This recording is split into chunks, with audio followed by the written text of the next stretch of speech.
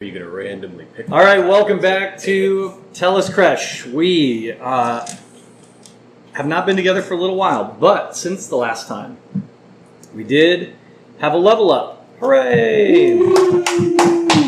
So before we start playing today, we're going to go around the table and hear about all of the exciting new developments.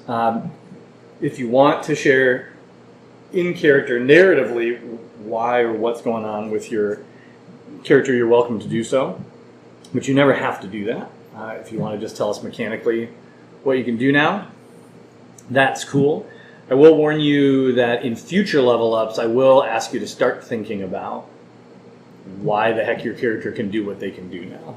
I think it's more interesting. The further we get into it, the less your character just feels like a video game character that you're like, well, he has this power because I leveled up. And instead, think about it like, well, why did I get good at this? Or what was the drive behind figuring out this part of my character? So let's start with whoever wants to start. Who's feeling ready to talk about their cool stuff? Sure.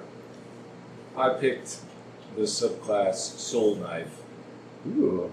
The Soul Knife strikes with mind, cutting through barriers both physical and psychic.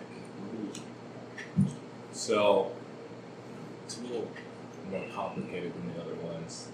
So one of my powers is psionic power. So I gain a pool of psionic energy dice.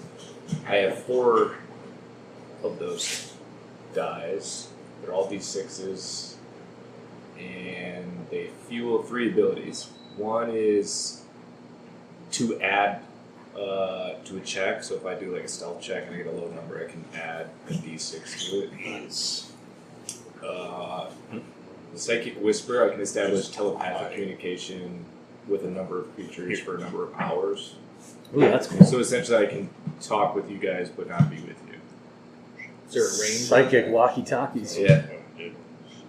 And then Homing Strikes.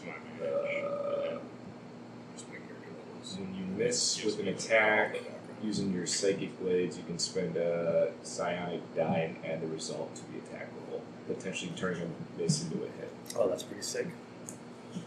And then I get some Psychic Blades. That's, according to ChatGPT, that's the signature Soul Knife ability. When I take the attack action, I can create a Psychic Blade in my free hand and attack with it. It's 1d6 psychic damage. You gotta read up on it a little bit more, but it sounds pretty cool. Mm-hmm. Yeah. That is cool. So the Psychic Blade becomes your offhand attack, it sounds like? So you got like you still get to use your main weapon, and then instead of just holding a regular boring old dagger. Yes. So you can manifest a Psychic Blade in your free hand and make the attack with that blade. The Magic Blade has the following traits: simple melee, blah blah blah blah blah blah blah, some other stuff. That's pretty sick. Thanks, guys. Pretty excited. I'm gonna pass it to you. Okay, so I chose the subclass Draconic Sorcery, and that means that my innate magic comes from the gift of a dragon, so we're really leaning into my dragon bloodline. This is my story. And so I get what's called Draconic Resilience, and the magic in my body will manifest physical traits of my Draconic gift. My hit points will increase by 3, and it increases by 1 every time I go up a sorcerer level. And now part of my body is covered with dragon-like scales. So when I'm not wearing armor, my base armor class is 10 plus my dexterity and charisma. Hey. Which I kind of need it because I'm kind of weak and fragile. And then I get some draconic spells with this. So at this level, I get Alter Self, Chromatic Orb, Command, and Dragon's Breath. That's my upgrade. Nice. Sweet. Me? Yeah. All right. That HP boost is going to be nice down the line. It doesn't feel like a big deal, but as the levels advance... Mine's pretty low to begin with, so I feel Well, like... So you're like, hey, it's helping already. Yeah, it's great because sorcerers can be a little glass cannon. Oh yeah, like my hit points are 20 now? Mm-hmm. Yeah, I think it was 10 before. 10 or 12 So or something. the level up is big. Yeah. Because you guys get I give you max HP on your level up, so you get your full hit die. Okay. Plus, you're getting this draconic bonus, so that would have been another 3. So, Okay. yeah. And then do Pretty I good. just have to remember to include my charisma and dexterity every time I get hit, or will that Should have automatically? updated. Yeah, Okay. it should update like automatically for you. Thanks. So I picked the Oath of Devotion, and they uphold paladins of the Oath of Devotion uphold the ideals of justice and order. I felt like that fit narratively as a good paladin of Lathander. So then I got some level 3 or some free spells that are automatically prepared, which is like Protection from Good and Evil and Shield of Faith. And I also got my, what is the Channel Divinity, which is like my big ability. So I get 2 of those every long rest, but I get a Divine Sense, which lets me detect Celestials, Fiends, and Undead for 10 minutes. And I also get one with the subclass called Sacred Weapon, which lets me, it imbues your melee weapon you are holding with positive energy, and for 10 minutes you add your charisma modifier to your attack rolls as on top of your other stuff. And it emits a bright light in a 20-foot radius. Yeah, that's pretty much it. Cool, man. That's pretty awesome. Much easier to land those hits, those smites now. For myself, I chose the Ranger subclass of Beastmaster, which forms a mystical bond with a special animal drawing on primal magic and a deep connection to the natural world. So with that, I was able to choose from a Beast of the Land, Beast of the Sea, or Beast of the Sky, which I chose Beast of the Sky. And that kind of goes with Arundel's thought of the dragon, where we encountered last time, where he was kind of in awe, and that kind of deals with like his, he likes kind of like the flying type of animals. Mm-hmm.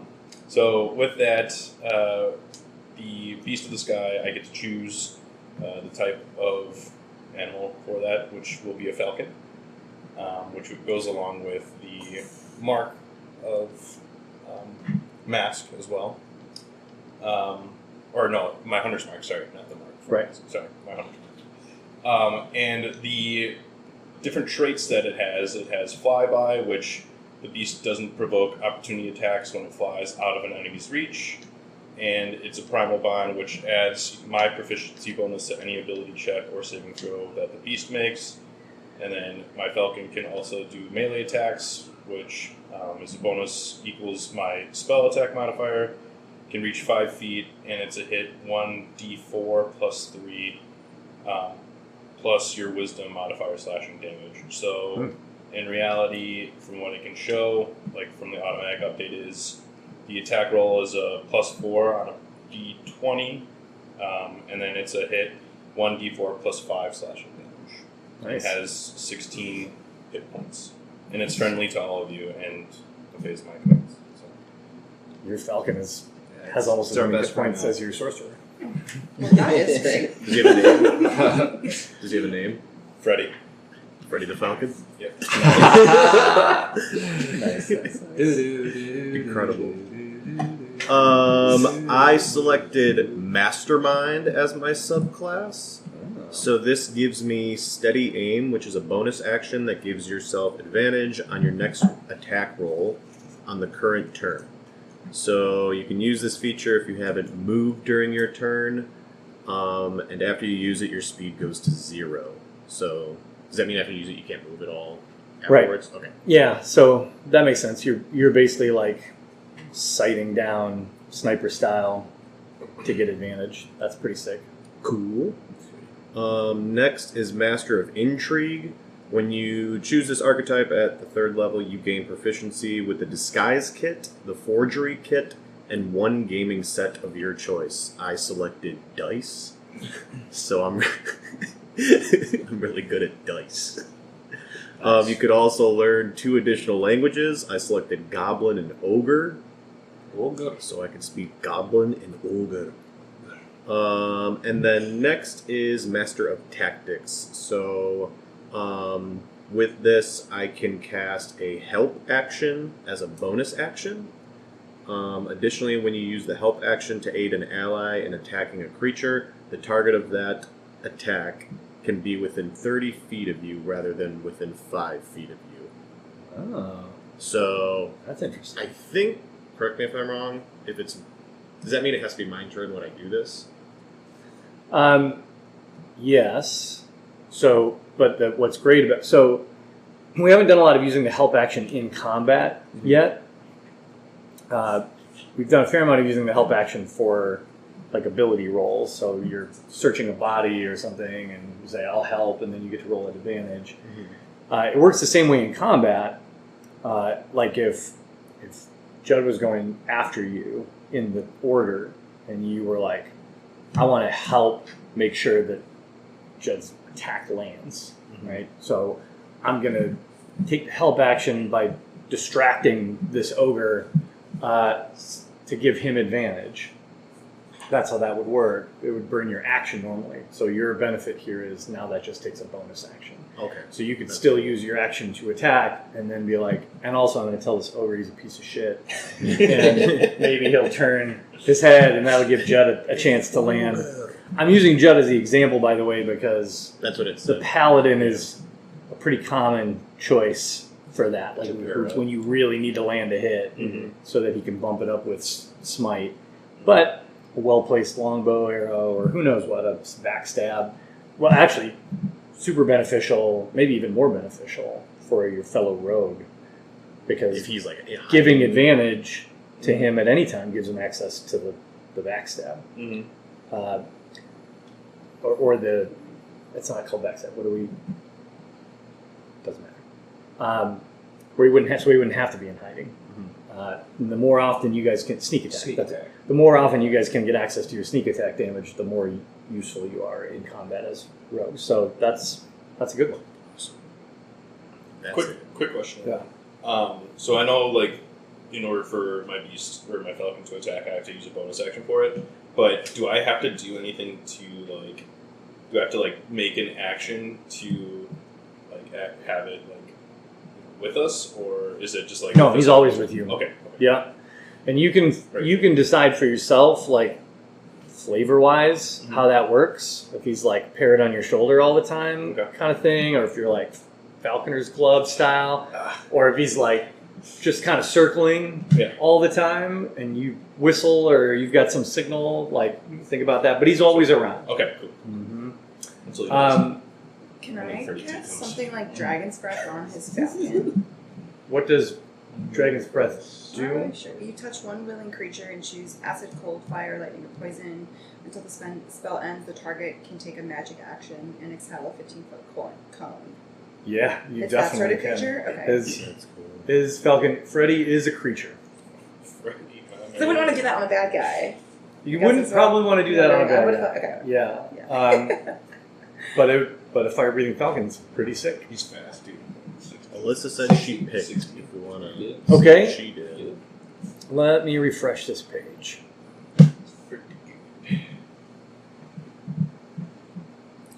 So our friend Alyssa has chosen a bard subclass. Lysandra attended the College of Lore. Bards of the College of Lore collect spells and secrets from diverse sources, such as scholarly tomes, mystical rites, and peasant tales. The college's members gather in libraries and universities to share their lore with one another. They also meet at festivals or affairs of state, where they can expose corruption, unravel lies, and poke fun at self-important figures of authority. So she's a nerd.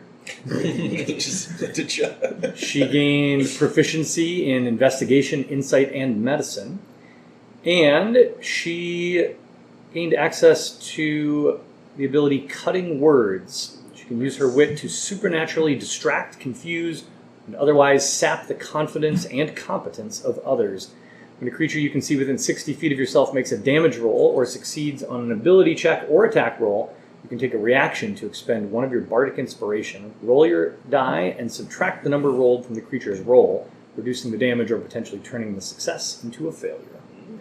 So she can now, similar to how she gives you bardic inspiration and it bumps your rolls up, she can now use the same feature to make other rolls go down. Okay. That's cool. Really cool. That's When bards remember that they have that power and they use it at the right moment, Put a it sticky can note on be the table. it can be extremely frustrating to a dungeon master. That is And that's not for attacks, that's for... attacks, ability checks, Okay. damage dice. She can use it on just about anything. So let's say, for example, you took a hit and it would mean you were going down. Right? You hit for 10 and you have 7 hit points. She could use it to reduce that damage die, and now maybe you only take 5 and you're still up and fighting. Or creature drops a crit on you, and that's a great time to use an ability like this. And go, oh, now even if it's only a 19, it's not a crit anymore. So huge difference. Yeah. Pretty great. Gets really useful later once somebody here has access to a spell like Counterspell, which probably will be you first. Imagine. Actually, it probably might be Lysander first. But in like back and forth counterspell battles at higher level, something like this can turn the tide. Okay, we don't have to worry about that right now, but that's a great class. Very nice, very I have nice. one more question. Yeah. What's the difference between my first level magic missile or my second level magic missile? So, as a first level spell, and many spells work like this, you get access to the spell at that level. So first level is the minimum spell slot you need to activate the spell. But for some spells like Magic Missile, Fireball, and some others, the higher level spell slot you use to cast it, the more powerful it becomes. So with Magic Missile, every additional spell slot level gives it an additional missile. So at level 1, it's 3 missiles, I believe, and so level 2, 4 missiles, 5 missiles, so on. Okay. Something like Fireball gets additional damage dice added, so like the Fireball is the same size, but it gets hotter Okay. it's called upcasting. Okay. Okay. Good question. Okay, are we ready to jump back in? Yes. Do it. Excellent. So when we last left off in Tellus Creche, the Rollies Tap 6 had braved the freezing mountain heights, seeking the source of the Frostwood Mark's mysterious power. And after surviving a brutal, nearly deadly ambush by a mated pair of griffins that left Sir Judworth and Taryn severely bloodied, but still standing, you retreated into the mysterious cavern, seeking shelter from the approaching search parties from the kobold camp below. But the safety of the cave proved to be an illusion. In the freezing pitch-black silence, Duke's sharp senses caught a terrifying whisper drifting from the icy tunnel. Quick thinking and the use of your wandering monk Netski gave you a decoy with a moment of distraction as you all scrambled towards the exit.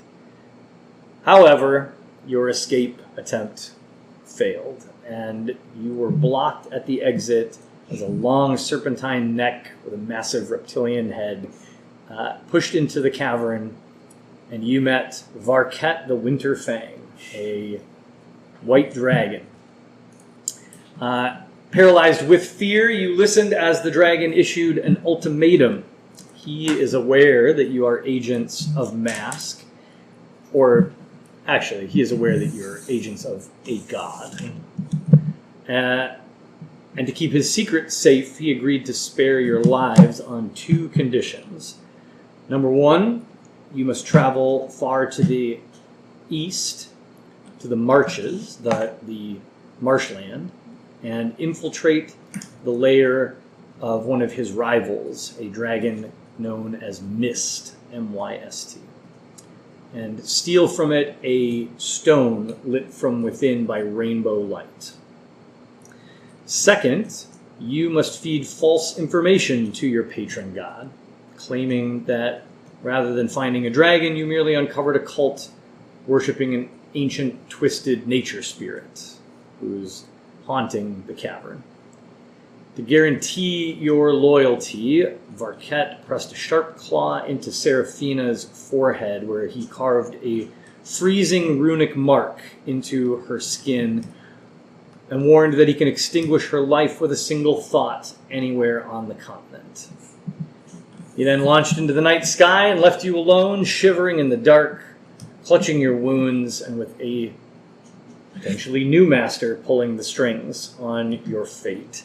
We will begin tonight's session as you stand around recovering from the presence of the dragon in the cold, silent cavern. The only light cast from the glowing frozen rune on Seraphina's forehead. Should we go take a rest in the cavern? Stakeout. You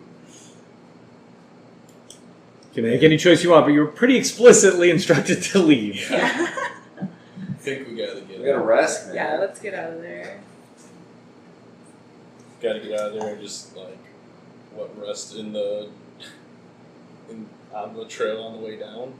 Sure. Somewhere in the Or is that wilderness. still considered part of his lair? Were those folks coming up the... They had left. They left. Oh, they did leave? Yeah, they went back down because they didn't want to linger too long. Good.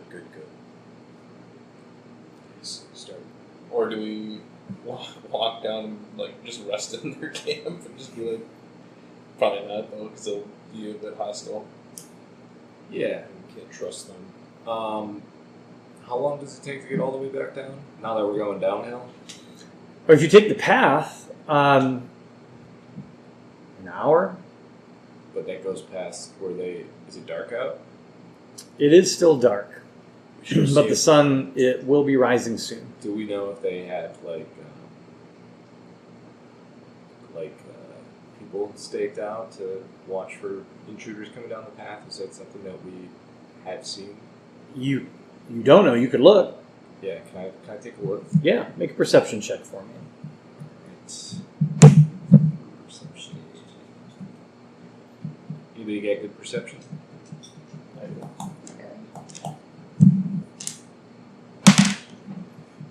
16. Nice. Okay. The early pre-dawn light makes it hard to see all the way down the path. The entire path is visible from the mouth of the cavern, but there are patches that are deep enough in shadow that it's hard for you to say.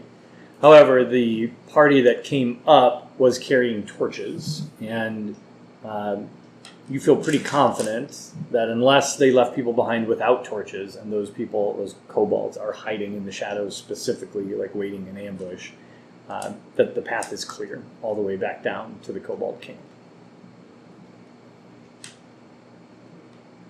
I mean, you said dawn light, so gonna be light soon. Mm-hmm. Do we? It's either we go all the way down through their camp, or we we go back into the wilderness to try and find rest at this point. Is the path in a cliff face where you just have if you're on the path you have to keep going down, or can we get off the path in? Well, you all entered the path from the wilderness, Yeah. but it was difficult. Yeah. It's not easy terrain. It's not. In every part of the path is not like cliff walls on either side, but it's challenging to leave the path, except in just a couple places, like the place you have found to enter. But we should kind of go back the way we came for a little bit and recoup, or what do you think? Do you remember where we left our horses? A ways away. I think Way that they're was goners. that was They're goners. Yeah. The Griffins probably got them. we didn't tie them up, Why? so they also just could have wandered anywhere. Yeah, but they're probably. So get out of here. Go on, get. Yeah, can we just trek back into the wilderness a little bit to find a safe space? So To camp? recoup, or what do you camp, think? or we go through their camp. We're in charge now. Yeah, you have a We big are in mark on charge. it. We are in charge. Well, No, besides We've been given a job from but by besides the the boss. mark, how else would they believe us?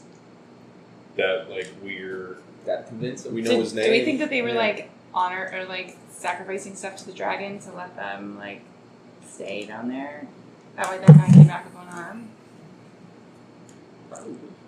So that We can lie to him and say, we're doing his bidding now, so if we don't do what we say, he's going to come.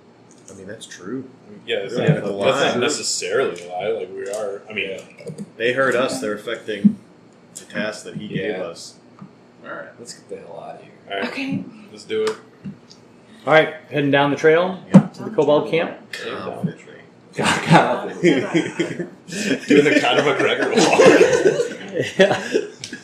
You might be a little bloody to pull that particular look off, but in the early pre-dawn light, you swagger limp your way down the path.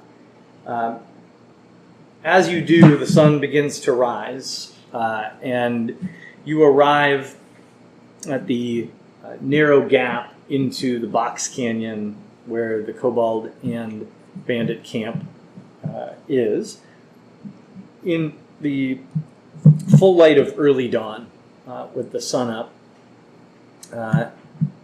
feels like the day is going to be strangely crisp.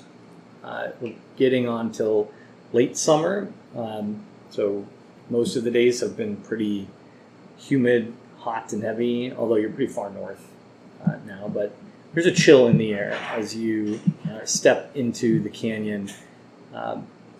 Who's the first to kind of come around the corner and enter full visibility of the Kobold camp?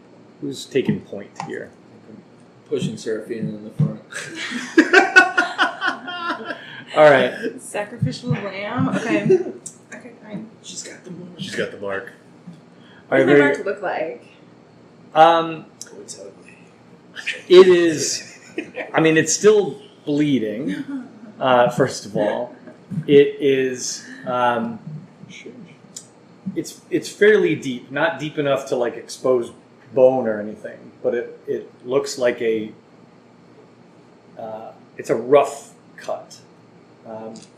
It's a rune that I can draw out for you at some point if you want, but it's a fairly simplistic looking rune that looks like it was carved into your head with like an ice pick. Like it's that level of rough. And it is lightly bleeding, but it's weird because it doesn't hurt anymore. It just feels numb and cold. It almost feels like there's a piece of ice sitting on your forehead. And so it's giving you a little bit of like a cold headache, like if you leave a compress on your head for a long time. And all the rest of you can see it in the full light of day. It's hard to tell, but up close you can tell it is faintly glowing blue. I would like to draw my bow and be like waiting behind something as Okay. she goes into the thing. Not fully drawn, but just in case. Sure. Is our goal to like speak to Richter now? And like I mean, like we don't necessarily like need we're just to, trying to but like get like through and get on. yeah, we're just trying to get I on would like to pull the on our string way. to let But them I have know. a feeling that like a meeting with Richter is almost inevitable at this point. Yeah, Yeah. I mean, Like to they're get going out. to stop us and Right. prevent us. So All right, very good. So you step around the corner and you see the box canyon spread out before you, and there are 4 kobolds fairly near that look like they've been posted there, not as guards so much as just to have eyes on the entrance. And as soon as they see you, one of them looks like he was kind of like dozing, leaning against his spear, but the other 3 grab their little spears, point them directly at you, and start jabbering loudly in their language. I think we discussed. Some of you know Draconic. I think, Some of you I speak think Draconic. you don't, but DK I think I does, do. I should. or Duke does. So. So it's they're all jabbering at once, but it's all some version of "Who are you? Why are you here? What's happening? Why your face bleed?" And one of them jabs the one who was sort of dozing off in the gut and says, "Get big, chief!" And he sort of stumbles off and runs backward, while the other three sort of hesitantly hold their spears on you. Any response? Are the rest of you stepping out with Seraphina, or is this her show? Step out behind her just to back her up. But As well. Okay. All right. I don't know what they're saying though. I'll come out, and I'll be holding the bow. You might have to I'm not come gonna Wait, who- and translate for us. Yeah, we need a translator. Everyone's there. Yeah. He knows the Draconic. Don't worry, I got this. Okay. A couple minutes pass as these kobolds they're not calming down, but they're not really talking anymore. They're just waiting for somebody in charge to come deal with this, but they're all holding their spears at you, and a few more have approached and have different kinds of weapons, assorted weapons in their hand. There's maybe 6 at this point. A few minutes later, moving slowly up the path towards you, you see the sort of shamanically dressed kobold, one arm heavily bandaged, stump next to him that is still clearly seeping blood. It's dark red. And he sort of slowly approaches you, leaning heavily on a staff with little fetishes and bones hanging from it. And as he gets a little closer, he looks at all of you, and then he looks at Seraphina, and he says, "What is this?" In Draconic. So then you have to tell her. Sure. He's asking what. In character. He said, "What is this? Do you want me to talk to him for you, or do you want to?" Tell him that we have been sent on a quest by his master, and we come in peace, and we want to pass through this camp and be on our way. Okay. It's a lot, but. What's it sound like in Draconic? Hi, Chief. As you can see, we have been sent by your master, who has ordered us out of this camp.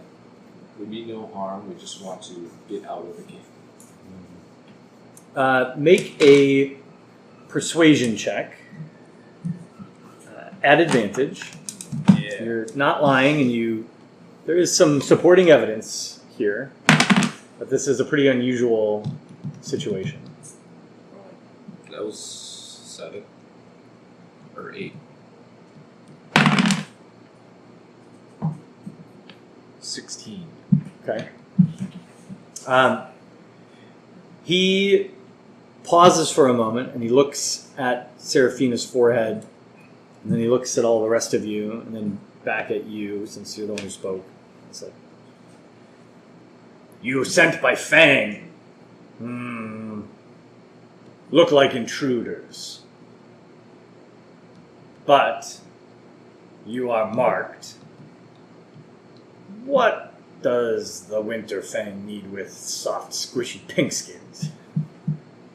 But then a couple of his compatriots have now arrived. There's other of these sort of shamans or leaders around, and one of them sort of leans over and says, "There are many pinkskins, big boss." And he sort of sighs and says, "Yes. Tools for the Fang. So, you are new tools. Big tools." Very well. We go. And he claps. Well, he can't clap his hands. He slaps his chest. He slaps his chest. He gets here, he's like, He's like, He slaps his chest and he kind of waves like this, and he goes, "Warriors, escort." And about a dozen kobolds fall into, not lines, there's no military precision here, but they fall into sort of a mob, generally speaking, around you. And they start herding you deeper into the camp. And the what you take to be the chieftain or the leader of the kobolds, walks with you for a while, but then he leans down to one of his lessers and says a few things, and then peels off and heads back to his very large tent or his little lodge. And that one moves up towards the front and looks very proud as he marches in front of you as they make their way through the kobold camp. As this happens, many kobolds sort of come awake or take notice of this, and at a certain point you find yourself marching in the midst of what is a mob of kobolds.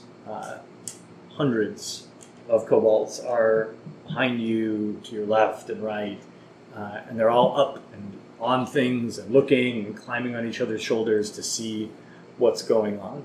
We're walking off the 18th room at the Masters.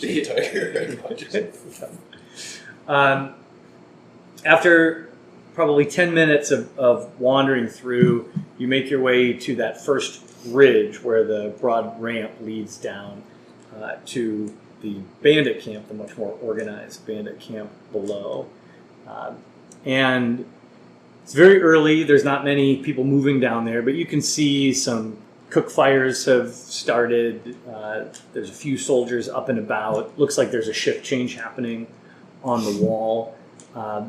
And you see stalking across the camp, looking like he's maybe making an early morning inspection of the troops. You see Richter, and at his side, what appears to be a lieutenant of his. They're both in some of the nicer armor that you've seen of anyone in the bandit camp, and he catches sight of your group out of the corner of his eye and makes a swift military turn and starts walking very quickly in your direction. And as he does, he snaps his fingers and barks out a command, and you see a dozen bandits leap up from wherever they are, kind of lounging about, and quickly get their gear in place and then fall into line behind him, two precise military rows. So he is bringing a group of 14 towards the ramp to sort of intercept your group. As you descend the ramp... Is he working for the White Fang too? I would assume so. Like, he's in their camp and stuff like that. So. One can hope. Yeah.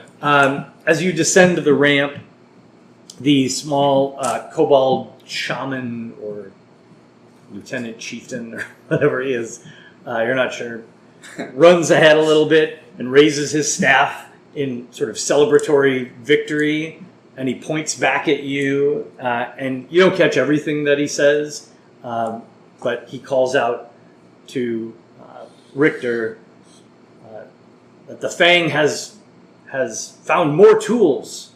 Look at these huge tools. and Richter sort of sighs, and as he looks up and he suddenly recognizes all of you and who you are, his face gets really hard and steely. And he sort of brushes the kobold out of the way and marches his group up. And the two lines behind him fan out on either side. And so now there are 14 heavily armed bandits arrayed in front of you, and probably close to 200 kobolds arrayed behind you. And Richter looks at all of you and says, "You are not who I expected to see this morning. What are you doing in my camp?"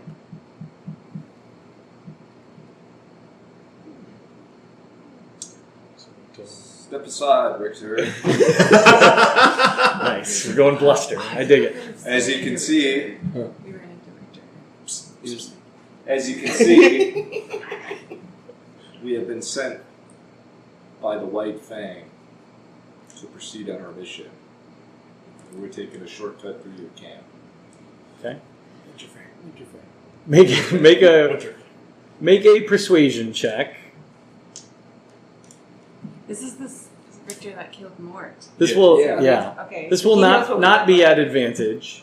What did you do? Like he we already found him. Mort took us to him.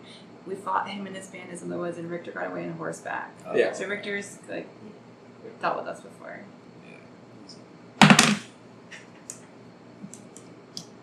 So for us to be like, That's 9, but can I use my Hold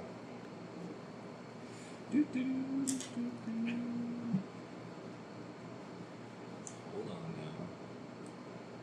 Hold on. What was it called? Is help only for attacks? No, you can help in any number of situations. I don't think I can help you here. There's lots of ways to try, but I need to know narratively how you would. Yeah, I think I pull my pants down. pull my pants down. Show him a different Go-to card. move. I've got one move. If I and this fail is an it. ability check using a skill or tool at which you're proficient, I'd imagine I'm proficient if I'm +7. You can roll a 1d6 and add the result to the check, potentially turning the failure to a success. So right now I have 9, and then I can do a d6. Do on top it. of that. What is it called? It's called Psionic Power, Psi Bolstered Knack.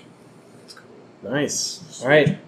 Tap into your otherworldly psionic powers and see if you can Lady Come luck. on, bro. make Richter a little more convinced. Alright, what was that? So 12? So 12. God.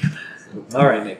It's not bad. It's not, What is- not good. It depends. would it let us pass? Richter looks back at you and says, "You spoke with the Winter Fang?" Yes. I see that your companion is injured. That does not clarify things for me, although the kobolds have let you march through their section of the camp, so clearly this means something to them. He turns to the small one again and he points at Seraphian and speaks in Draconic, and he basically says, "What the hell is this, and what do you mean, and what are you talking about?" And the kobold starts rambling on about the sign of the Great One, and his mark is upon her, and a bunch of other things, a bunch of very religious-sounding nonsense. And eventually, Richter turns back to all of you, and he says, "Very well.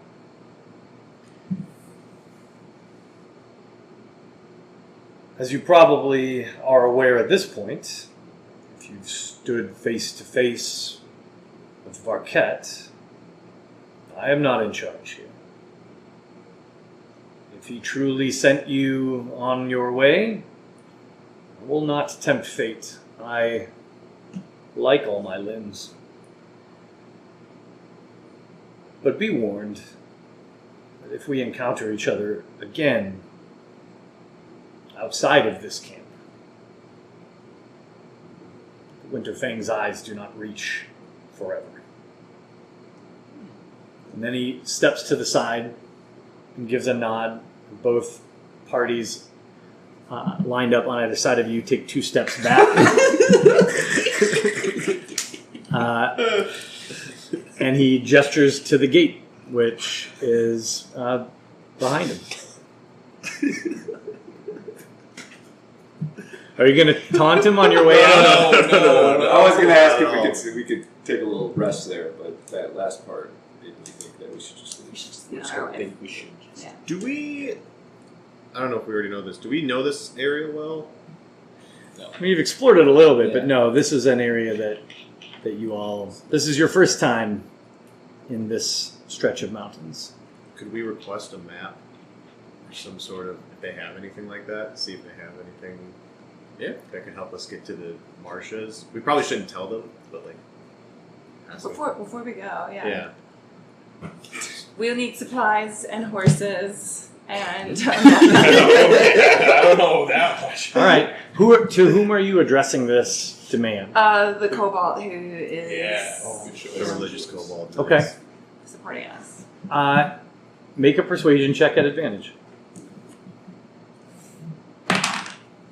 20. Hey! Let's go. Wait, Wait, roll Natty. again. 20. Woo! Yeah. 20. 20! Are you serious? 20s in a row? That's Take everything. all right. Well, this is going to go as well as it can go. Crazy. Yeah. The little kobold, when you translate this from the mouth of Seraphina, drops to his knees and puts his forehead, plants his forehead in the dirt, and he says, "Quickly! Quickly! The tools have great needs!" And he rushes up the ramp and starts yelling instructions to the kobolds. He also yells at Richter and commands Richter to give you whatever you want. And Richter kind of shakes his head and basically is like, tells this guy to go to hell. But the kobolds run around trying to get whatever they can for you. And very quickly you are presented with baskets of questionable food. You are presented with rolls of bandages that probably are not sterile. You are presented with a horse that clearly has been stolen from the bandit camp. They dragged it. They dragged it up the hill and then brought it down, proudly presenting it as if this was their horse the whole time. And in all of that, there is not much, but there is one thing of genuine value that they bring to you, which is a backpack that it looks like they've taken off someone, probably someone that they killed in a ambush or a raid or something. And as you dig through that backpack, you do find 2 potions of healing and a local map. Doesn't cover much outside of this region, but it's a decent map. Looks like something that might have been picked up in the city. And there's also 10 gold pieces in that backpack, along with probably 1 day's worth of decent rations that you would feel safe to consume. Some of the stuff the kobolds gave you is probably edible, but you'd want to boil it. Sweet. Didn't think about that. Okay. We thank you for your assistance with this. The Frosted Mark wants us on our way. We scurry. She said thank you. Yeah. The kobold slams his forehead into the ground again, and all the kobolds behind you give a big cheer. They're very excited that they could help in this holy mission. How much gold does everybody have?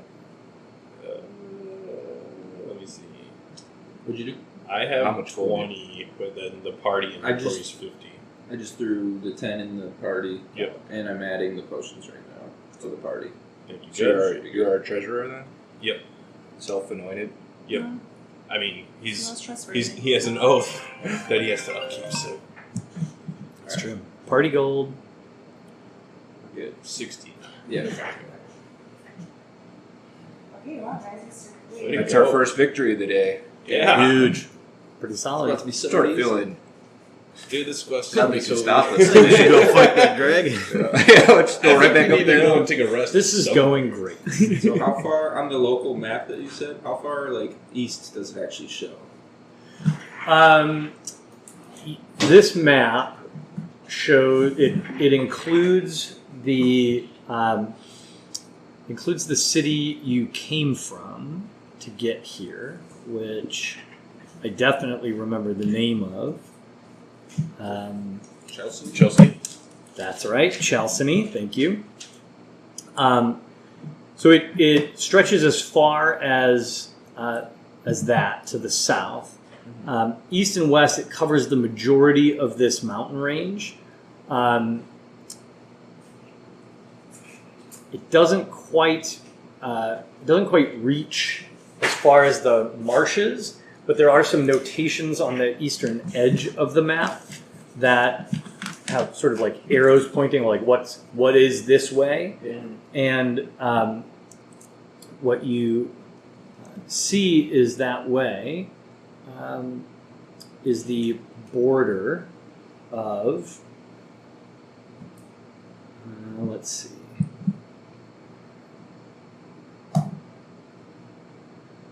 is the border of Fenth and Runtalia.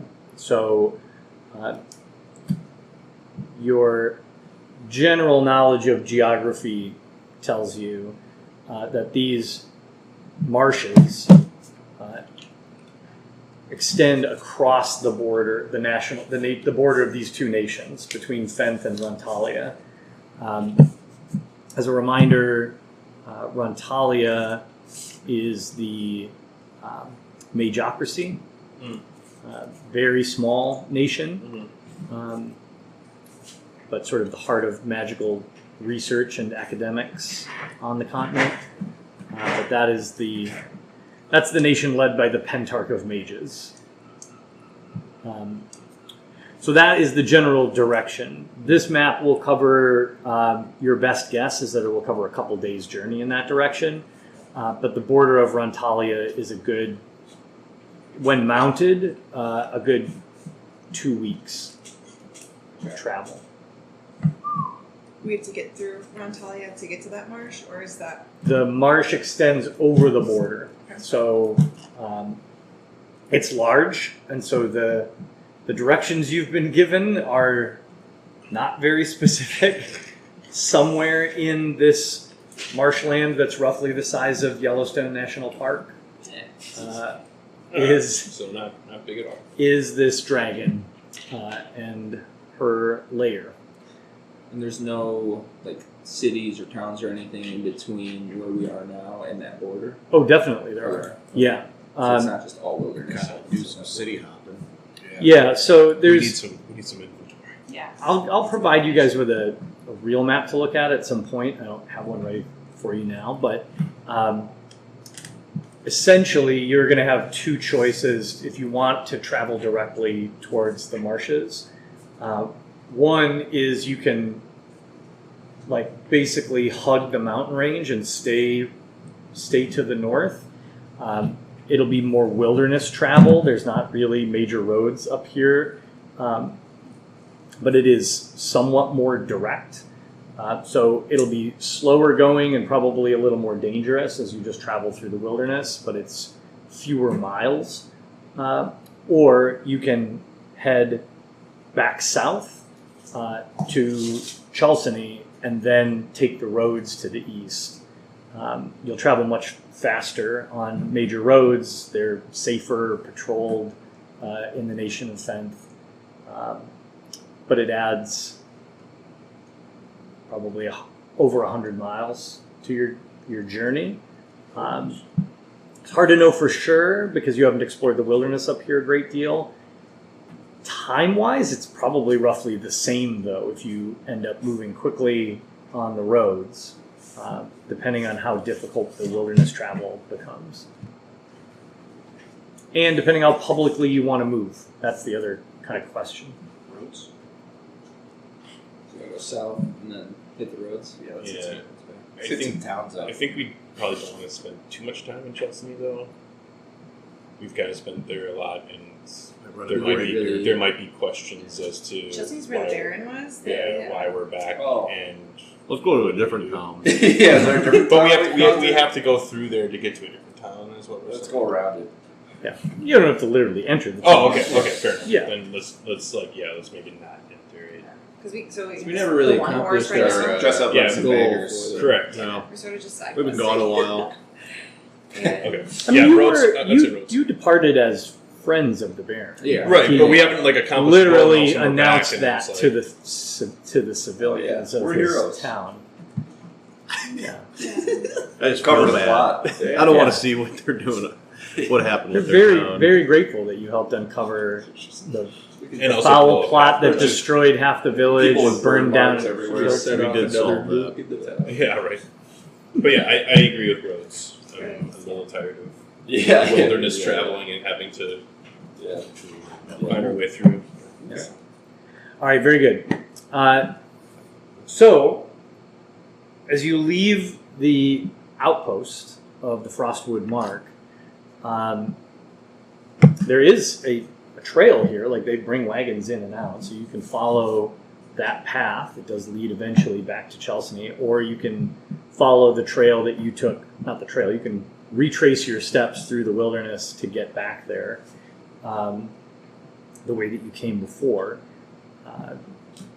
You've got the map that you stole from the kobolds that you fought, which shows kind of the areas of patrol that are going on around here. So with relatively little effort, you should be able to avoid encounters if you want, or create encounters if you want. But you are a little beat up and exhausted. So what's your first priority? It is early morning. How far of a walk is the Chelsea? Chelsea? It was a few days. Days. Yeah. So We got to find somewhere to camp up. Yeah. Yeah. I wrote that the stronghold was 2 to 4 days away, depending on our pace, as we were chasing Richter. And that was like at the rendezvous point, even, which was outside of. Yeah. So, Yeah, not even directly at Chelsea. Yeah, let's find a little place to yeah, pitch a tent. Okay. let's do it. Okay. As you look for a place to camp, are you just heading straight into the wilderness back the direction you came from, or are you following the wagon trail? Who wasn't present that day that you guys were in front of the camp? How daunting was that area with?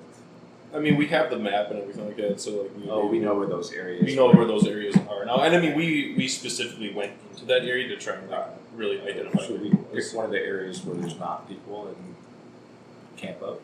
Sure. So retrace back through the nature and then. Okay. All right, very Let's good. do it. So you make a survival check for me, please, to see how closely you can kind of retrace your steps and find a good place to camp. All of us or just one of us? No. 9. Well, maybe all of you. 9. Does somebody want to help? I'll help. Okay.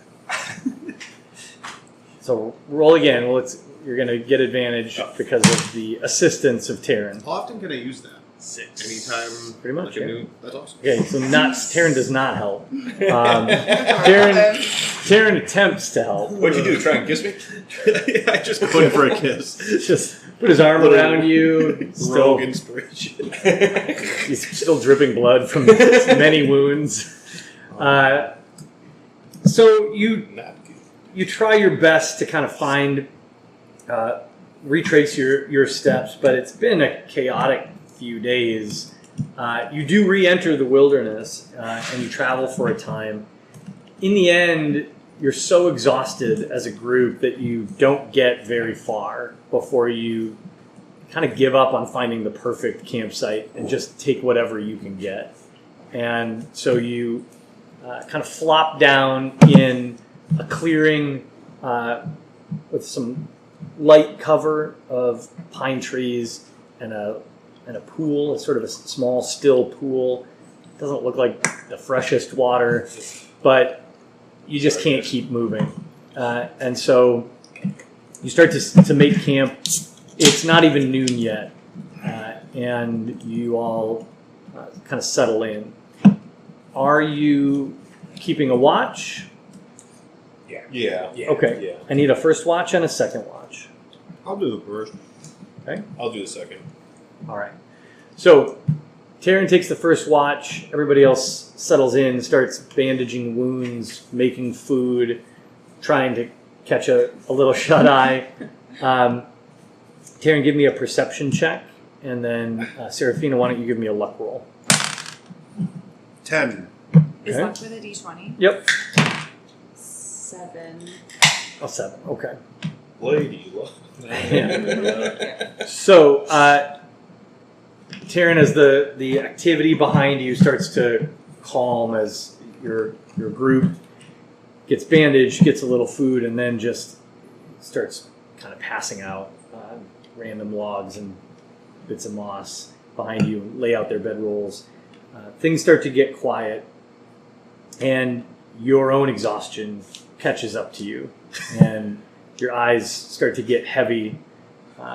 You don't fall asleep, but you are sort of startled alert as a big fat raindrop lands on your shoulder and cold water splashes into your face, and then 3 more, and then 6 more, and then it's like the clouds open up and you are all drenched to the bone by a late summer thunderstorm that rolls through. Again, it's strangely chilly today, and it feels like this rain is made of ice, and you are almost instantly drenched to the bone and shivering.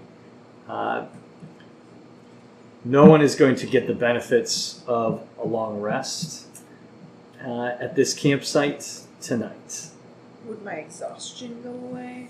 No, that would be one of the benefits of a long rest. And in fact, I'm going to ask everyone to roll a Constitution saving throw. The DC is only an 11, but if you fail it, you will take a level of exhaustion. Constitution. We get the saving throw bonus then, right? 3. Yep. Okay. 13, 17, 18. Wait, so you have to roll twice? Two tired boys. I can roll for Yeah, roll for Lysandra. I rolled Net less 20 than for an her. 11. Nice. Okay. So Yeah, she's So Seraphina, you're going to move to exhaustion level 2. No. Oh, that means you're. I'm on the struggle bus. Yeah. Can I help her? Exhaustion is cumulative, which means you are currently at -4 to all D20 rolls. Okay. And actually, you should have subtracted 2 Yes. from that roll Yeah. as well. And your you move at half your normal speed. Okay. All right, she's on the horse. -4. Dang. How big's this falcon of yours? This is just a falcon. he's like. It's on the shoulder. Yeah, he just carries me. Oh, quick question Yeah. about Freddy. Am I able to Freddy the communicate with falcon's him? hilarious. Yeah, I mean, you can communicate with him Like to the extent that you can give basic commands. Okay, so like I can't have him like go on scout and he can't like communicate back to me like what he sees or what he finds. Maybe in the most limited of ways. What about with my psychic whisper? You're exhausted now too, by the way. No. You were No, me. he passed. Enemies I on failed. Oh, what's his name? Judd failed. I get level 1. Yeah, so at this point, Freddy does not have. I mean, his intelligence is an animal level intelligence, so he doesn't So even have though you language. Even though I could communicate with him, he's like, I don't know what the hell you're saying. Yeah, but he understands you well enough to like understand your intentions and respond to specific commands. Okay. But as of so far, he's just a falcon. Okay. He's smart. He's a smart little falcon, and he likes you. Yeah, good. But that's I like about him it. too. Yeah. He's my buddy. He's my pal. My good time guy. My good boy. It's really just G. My little cheese. Oh shit. So it is a rough night, Ah. or not even night. It's a rough day. It looks like night. It's as dark as night. So the question that now your party needs to answer, I guess, is as actual night falls and this storm crashes against the mountains and moves off, leaving you soaked and exhausted, are you now going to attempt to continue to travel, or are you going to stay put and attempt to clean up this kind of mangled campsite and try again to rest? Just run it back. One more night. I have a question for you. So Yeah. Yeah, we'll run it back. side bolster act Like I staying? used earlier. Yeah, try to get some rest. So does that take up like one of my 4 energy? Because it almost seems So like, when well, I was thinking the way I read it, like I a perception check, it should have been -1. It should have been 8. It should No, have been that's -2. So now that's we're how it -4 works. for everything. It Yeah. still actually would have been 22. Yeah. because of my- The only restriction on that is that you Sure. need to be Right. proficient. Right. So Oh, okay. it's only going to help you with I forgot about stealth and persuasion. Okay. Is Uh, that what really the cheap double at circle that. is? Or the... Yeah. I mean, we all forget. Yeah. Oh, okay. I forget to It's do been that. days. For Sessions. for skills. Constitution saving throws. yeah. that I have, So that's it. concentration. So you can use it as many Okay, times as so you that- want, but that's it's what only good for those things. That makes more sense. I was like, this is- Little OP. Yeah. Yeah. Is there a way to help somebody get rid of their Yeah, I've never done it with like my hunter's mark. Exhaustion. exhaustion. The only way to get rid of the only non-magical way to get rid of exhaustion is for them to get a long rest. Would it take away both levels or just one of them? One. It says you have to take, like, I would have to take 2 long rests now to get down my level 2 exhaustion. Yeah. Yeah. We just gotta have a good. I'll be tired for a while. Yeah, we got a good night's We sleep. need to get some We're sleep. all standing So is it watch. still raining or did it stop before? We're all No, standing the watch so storm she has can moved get off. some- Okay. So she can Yeah. get some rest. We're all staying watch. So you're going to stay put in the crappy campsite instead of moving Or do on we and trying to try find and something find a else. better one? You want to use your perception check to have a better Or survival? It area? would be survival, I think, right? Should we move on? For Yeah, like I an think, hour? I think let's, Yeah, let's, find let's, something let's better? move on, see if we can find something better. But in the near Yeah. landscape. Yeah, Yeah, like an hour. All right. Yeah. So in the aftermath of the storm, the Rollies Tap 6 decides to head off deeper into the wilderness in the dark of night. Shit. When And you put it like I want that. you to roll survival. 19. Yeah, Hey. We're surviving.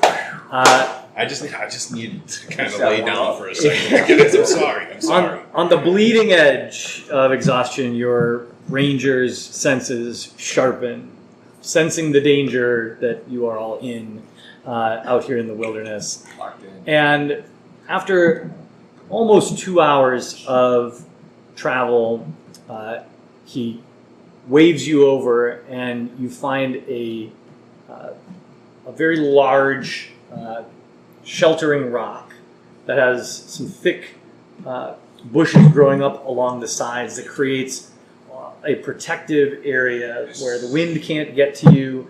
There's sort of a bed of dry leaves and pine needles inside, and almost a natural chimney in the sheltering rock. It is a nearly perfect campsite, and you all gratefully collapse into the shelter. It's about that time that you remember you left your horses up on the mountain, and this would have been a perfect place to help shelter them along with you, but they're now a good day's travel, or maybe more, away up in the mountain pass somewhere. Except for the one horse that the bandits gave you. So you have that guy. The bandits didn't give it to you. The kobold stole it from the bandits, but the bandits didn't say anything. They didn't want to make a scene. So you bring your one horse in along with you, and you make a fire and settle in. So now I need to know who's taking first watch as you attempt once again to rest. If you take the watch, do you not benefit from the rest? That depends on what happens in the night. So the person taking Get your watch rest. I think I need is it. not I'll do getting the another- benefit. I'll do of another this. watch. All right, very good. Then you can roll perception, and I need somebody else to give me a luck roll. I'll do luck. Lady luck. That's a natural 20. Good. 21. Excellent. Yeah. All Let's right. go. With the benefit of this really solid campsite, and with all the annoyed side glances and critiques that the rest of the party has been giving Taryn since he nearly fell asleep on the watch, he slaps himself a bunch of times and pays really close attention. But all of you get a good rest for the first watch. Who's taking the second watch? I'll take the second watch. All right. Give me a perception check. And because of that nat 20, we will not roll a second luck roll here. Lady luck. Let's go. 15. All right, a 15. Very good. Very nice, Duke. It is not until fairly late in the morning that all of you finally drag yourselves out of your bedrolls, having dried your clothes, eaten a decent meal, and slept for nearly 12 hours. Nice. You finally get back to your feet and feel close to whole. Anybody who has exhaustion may remove one level. Can you remove exhaustion? Lissandra's exhaustion then? Sure. Because I think she had a level of exhaustion in our prior. Yeah, Yeah, pretty Yeah, sure. she was tied with, or like Yeah. exhausted like I was. Do we give ourselves a Tied long with rest? me with Yep, exhaustion. you may give yourself They were both a effective for long whatever rest. Take a long Alright, rest. make My spell slots. No longer exhausted. Yeah, I think it will actually automatically remove your exhaustion too if you use the button. You got a level 1 now. Level 1. Very good.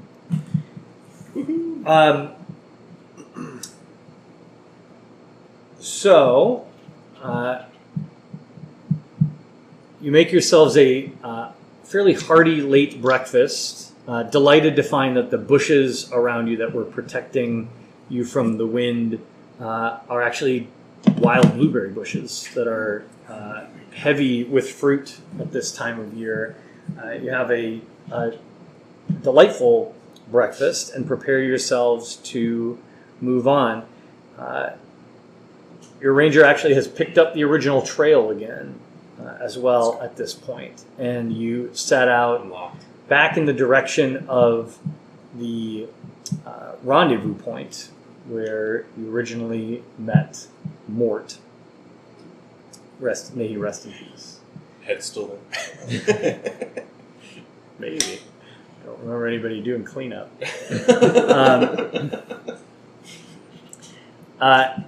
And making good time, you believe that you are a little more than halfway to the rendezvous point before the sun starts to hang low in the sky again. Do you want to stop and take another rest? Do you want to push on? What's the strategy as your party travels? Got a good 12 hours. I feel like we can push on a little bit. You need another long rest. I could use another long rest to get rid of my exhaustion completely. Could try that. That's probably smart. What's up again? We can't. Yeah. Somebody who's hunting for a campsite, make a survival check for me. I'll do a survival check. All right. It's -2 for your Yeah, that's I'll- true. I'll I do have it. +4. I'll do it. You can help. 7. Want to help? Okay. No, just tell them you're helping, and they'll Yeah. roll at advantage. Oh, Just tell them that you're helping. Okay. 6. Okay. Sir Judworth pats his friend on the shoulder early in the day as you said, or late in the day as you're starting to think about setting up camp, and says, "You've been working hard, buddy. I got this. You just once you chill for a second, I'll find us a great campsite." And an hour later, he leads the group into what looks like a very comfortable campsite, but as you start unrolling your bedrolls and setting up a fire, he kicks a hollow tree to kind of just move a log out of the way. There's a big hollow log on the ground, and a swarm of big fat flies comes pouring out of this log and is all over everything. It's in the food. It's on your. They're crawling in your bedrolls. The horse is so uncomfortable you have to move it 20 feet away from the camp, and this campsite becomes well nigh uninhabitable to the point where you all give up, roll up your stuff, pack everything back up, and just move like 100 feet down the like little game trail you're on, and just set up wherever. And so once again, you find yourself collapsing into your bedrolls, not having had a decent meal, and uncomfortable out here in the wilderness. Some of you who are a little more like city folk are really starting to question this adventuring life, if this is really all it's cracked up to be. But you do settle in to take a long rest. I need somebody to take first watch. I'll take first watch. All right, give me a perception check as you keep watch, and then somebody give me a luck roll for the evening. 21. Lady luck. If it's at the top, a 9? Okay, Is that a 9 or a 6? It's a 9. That's a 9. all right, very good. The first half of the evening passes without incidents. You still hear the flies buzzing around down the path a little bit, but nothing really seems to be disturbing you much. You feel fairly confident that you've managed, using that patrol map, to stay out of any area where you'd worry about running into anything. And so far, your luck has held out in terms of wild beasts and such. So things are pretty good. Let me get one more watch. I'll do watch. All right. perception check, and then a luck roll from someone, please. I'll do that. 18.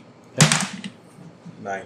9 again. All right. Once more, nothing happens in the evening. Keep watch. There's nothing going on. Then once again, take a full rest or long rest. Yeah. Recover. She's Your back. exhaustion. She's back. She's back. So while not comfortable, you are back. Now we got some making up to do. Okay, those I got a mini 4-pack. Nice. So We have an orgy. Right, DK, if you need Great, some get on the road. Our group wants orange to do an juice orgy. for your blue moon, my man. Yeah. I hear they pair well. I'm sure they do. What does he usually do? Like, Are we sticking to the IPA. trail? Yeah. you got some more? Did we decide that we were sticking to the trail?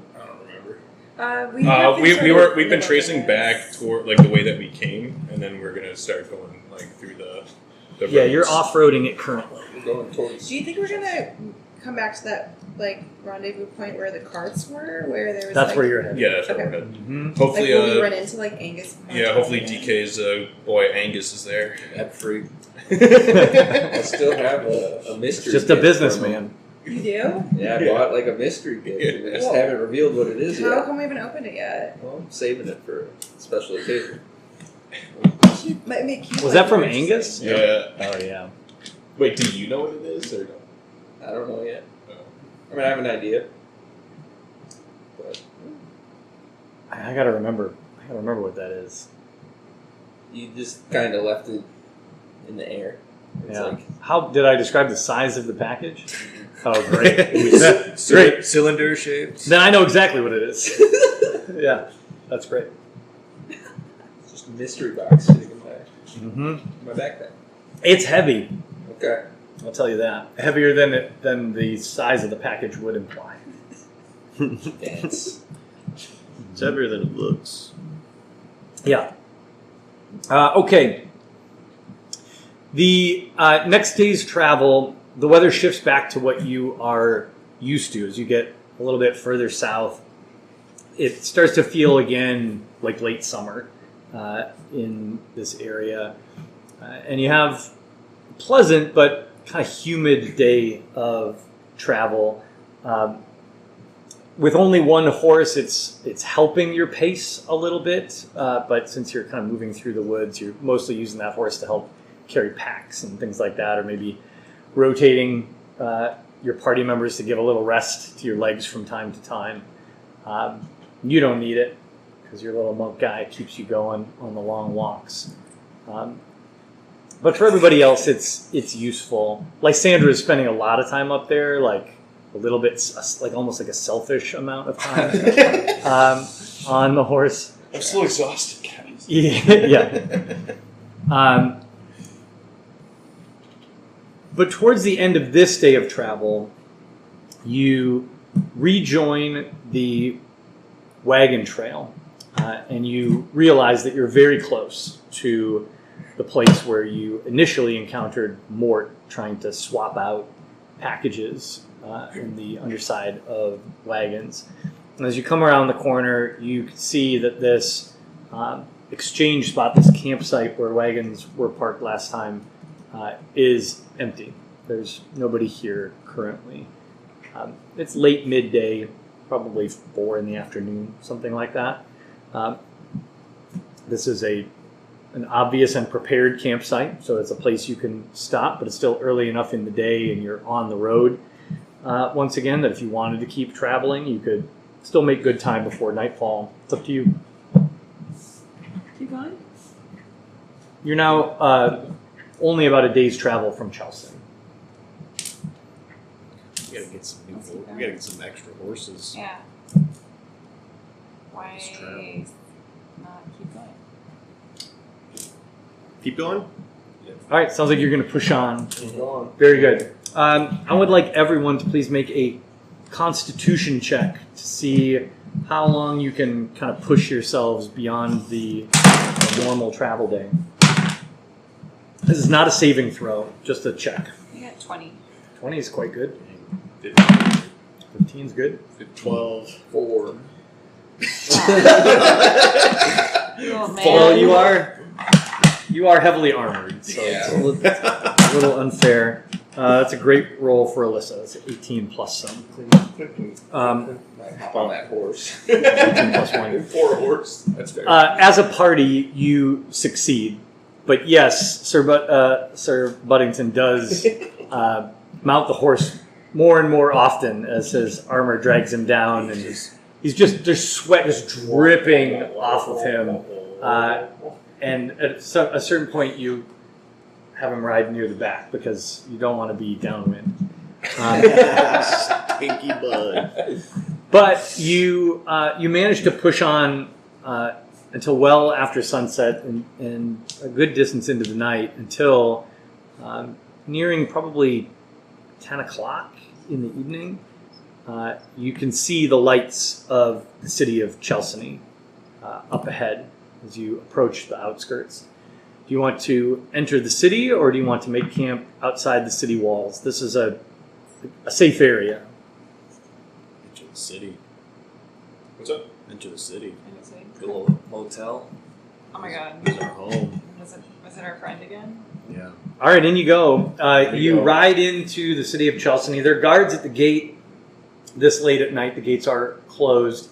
But seeing you and as you identify yourselves, they give you a friendly wave and open the gates and wave you in.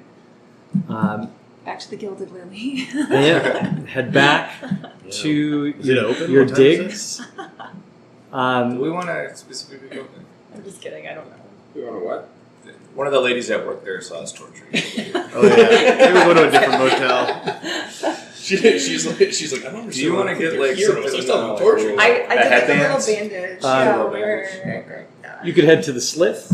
That's where you guys That's where I'd like to go. Oh yeah, let's go. had brief employment and where you did stay Real for a brief. little while. Yeah.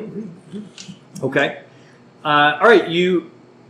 It's late. You're tired, but you ride on until you come to that main drag where all of the bars and inns are, and you make your way to the Slith.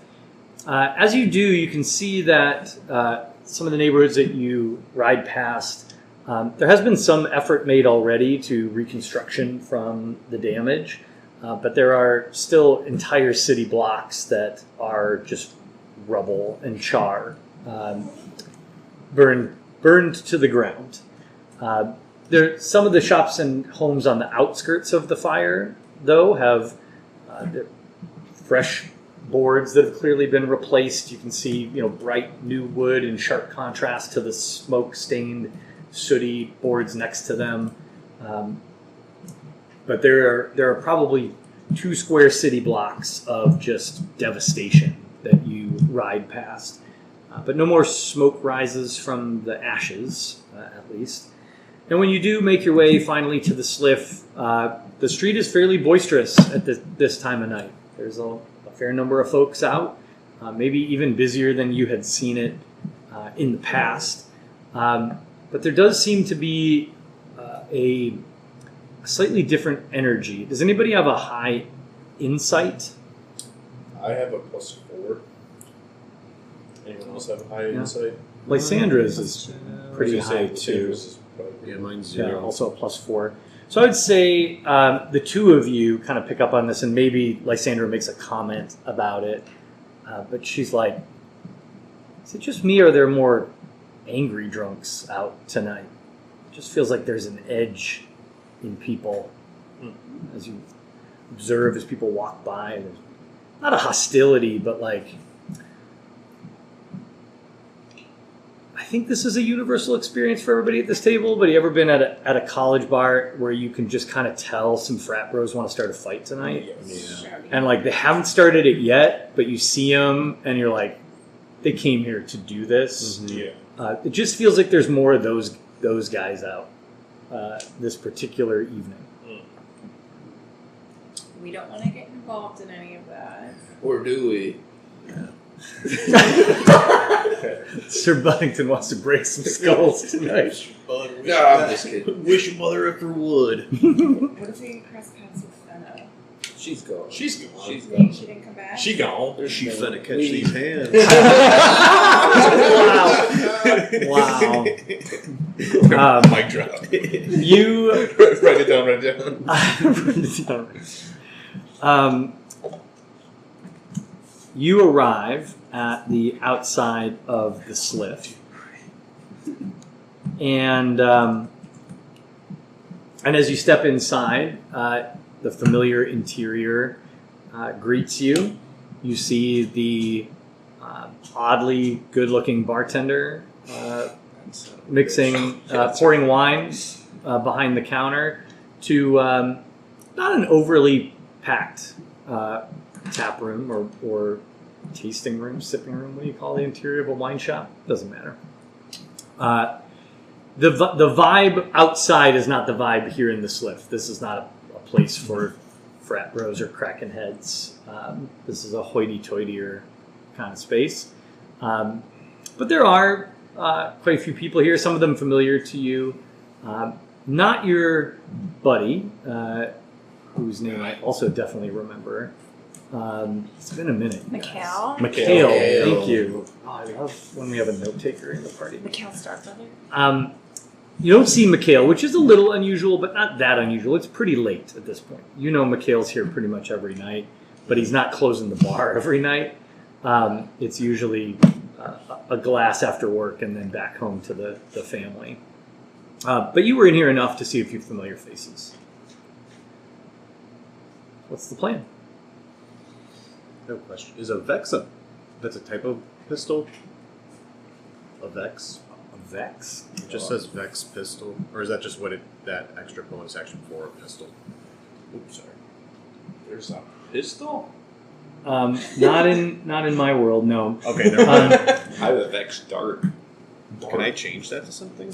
If there's no So pistol. is That's there- like the Yeah, I master. don't know why it's giving you Priority, the like- ability to Vex. Maybe that's attached to the short bow. Oh yeah. I don't know why it's labeling it pistol, but that's an ability that your short bow gives you. Okay, cool. That's an extra thing that the short bow can It do. was like a Almost every regular weapon in D&D has one of these now. It's a newer thing, so like it's kind of like a special move that weapon can do that just has a little additional effect. That just give you the We haven't really done anything Sorry. with those, right? No, nobody's really used Sorry. those yet. Oh, that Are was we you. I like- thought it was me because are I we literally allowing pressed that? something and I was like, Oh, definitely. Yeah, that's definitely allowed. So, What's all? like for example, It's like the masteries. not all of them have it. Oh. Weapon masteries. Yeah, gotcha. It's like, Yeah, I think you only get it if you're proficient with it. I have mastery. I have I Vex think for dart and my psychic blade. Yeah, So so if it hits, I get advantage on the next roll against that same. Yeah, mine is the creature. Mhm. It's gotta be the same Speed by target, 10 though. for the long Right. bow. Does it have to be the same weapon? The advantage? no. That's cool. Good to know. Mm-hmm. After you sort of stand in the entryway of the Sliff for a couple minutes, kind of taking it all in, the bartender looks up and sees you all and gives a very enthusiastic wave to Lysandra and warmly greets the rest of you. And standing up from the back corner booth, you see Olga, the owner of the Sliff, sort of glide her way across the room to greet all of you. She's warm and polite, but seems a little surprised to see you. And she says, "Back so soon. And it appears you are in need of the baths as well. Been out in the wilderness for a bit, perhaps? you keep looking at me. Just a little bit. Everyone looks at you. Wink. Not again. Not doing this Not again. She's the one with the mole, right? Yeah, she's got a big mole. Yeah. Yeah. Yeah. On her forehead. The size of a quarter. Oddly, almost silvery gray. Yeah. Are we sure it's not the Draconic Ruin? I mean, you could ask about it. She loves when people ask about the mole. Yeah. Are we looking to? Oh, actually, let's time out. Let's talk about the huge glowing scar on your forehead. So it has healed. It's not bleeding anymore. Right? At this point, it has scabbed over, but it is still glowing blue, and all of you can clearly see that it is glowing blue. You've known this for days, so my question to you is, have you done anything about that? I imagined like taking a bandage and like wrapping it on like a headband and Okay. sort of just covering it like a. Very good. It's not obvious. Like a fashion statement. Yeah. So Yeah. It's just a little dirty now. Very good. So Big hat girl. Yeah. with this sort of massive head wound, hairy bandage around your head, that's a deep cut. Remember massive head wound, hairy? Okay, that's a My Generation Saturday Night Live sketch. I think it was David Spade had a character called Massive Head Wound Harry, and they used like makeup, like horror show makeup, to put like this huge wound on his head, and he would just like he just always had it, and so he'd be hanging out at like a dinner party or whatever, and he was just like a dripping head wound, and he was always a little dizzy and saying weird stuff, and people were like, "You got to get that taken care of, man." And there's one scene where they have a dog. Yeah. There's one that he did with it, and there's a golden retriever in the scene, and the golden retriever starts licking and eating. They like put something on it so the dog would lick it, but then the dog starts biting it and trying to pull off the makeup, and so like chunks of his forehead are coming off, and Spade breaks character and loses his mind. It's great. Okay, anyway, you've got this great big bandage wrap on your head, and so everybody else that you've interacted with up to this point has not made any comment about it. But as she's sort of chatting with all of you, Olga looks at you, and then her eyes lock onto your forehead for just a little longer. And she's staring right at the place on your forehead where the mark is. And then she just sort of tilts her head for a moment, and then looks away and goes back to talking to all of you. And she says, "So, will you be needing a place to stay for the evening?" Yes. That'd be fantastic. Yeah. Just one night. Just one night. Can I ask why everybody seems to be in such a negative mood or an aggressive mood? She nods and sort of sighs and says, "You're an insightful man, Pterodons. The fire has been hard on the city. Many families lost loved ones. Many of our long-standing residents lost their livelihoods and are either destitute or leaning on the goodwill of friends and family. And we all deal with trauma in different ways.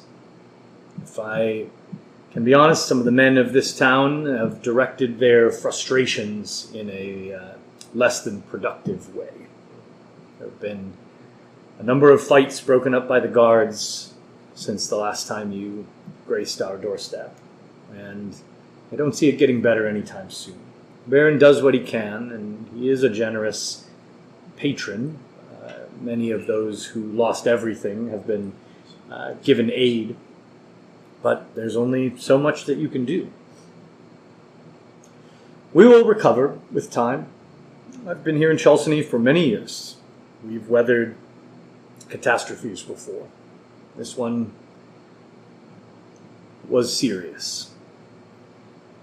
But enough of that. You're back, friends of the city. Should be well taken care of. I will have my staff clear out some rooms for you. The baths are out back. Make use of them before you rejoin us in the common room, or enjoy your evening of rest. It will be 1 gold coin for the rooms. You know that's... Each or... She's just asking for a single gold coin to put you all up. You know that's a pretty good discount at Olga's place. Judd, you got it? Yeah. Let's give her one extra. Yeah. Give her For the hospitality. Yeah. Thank you, Olga. Could I ask her, just in general, like where could we go tomorrow to maybe look for some? We're in the market for some horses, Sure. and She'll direct you. There's two main places where you could do that kind of business. One is at the Baron Stronghold itself. That's where that's where some of the wagon traffic passes through, and there's the stables there. It's just smaller and a little more upscale, like it's more for the elites and the more wealthy merchants.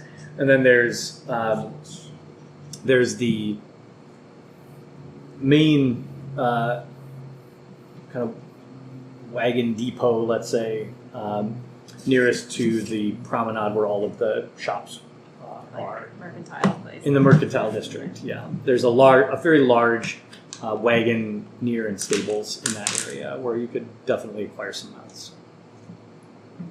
Yeah, we can go deal with Roland Stain again. Yeah, he's there. Get some goods for the trip. Good old Mr. Stain. Come back. Airship. Yeah. All right, and get yourself a night's sleep. As you get bathed and cleaned up and settle into your rooms, the rooms where you stay at Olga's place are there. The Slith is not an inn, as we've talked about before, but Olga keeps a set of rooms that she rents out. It's more like an Airbnb kind of a situation. Like, it's not open to the public, but occasionally Olga rents the space to well-off traveling merchants who don't want to stay at the Stronghold or have you staying there for a little while. And the way that it's laid out is there are 4 private sleeping rooms that each have a few beds that are arrayed in sort of a spoke formation around a central shared living space. And in that sort of living room or sort of den atmosphere, there's a fireplace and a table for dining that's big enough for 7, 8 people, comfortable chairs. It's sort of a nice lounging area. And once you're all cleaned up, before you all head to bed, it's close to midnight at this point, but you all find yourselves in that space, sort of sitting around the fire and gathering your thoughts and preparing for bed. When, I would say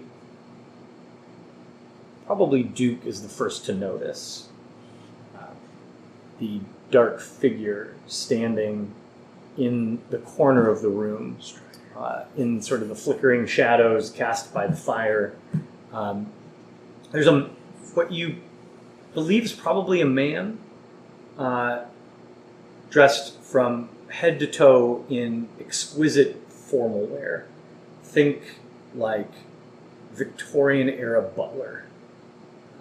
But his face is hidden in shadow from the brim of sort of a wide, not full stovepipe hat, but a formal hat. The completely black suit that he's wearing with tails has gray piping along the accents, and you can just barely see his eyes. They don't glow, but there's a little bit of firelight reflected in them, but it's reflected back in a gray tone. It's almost like his whole presentation is in grayscale, and the rest of the room is in color.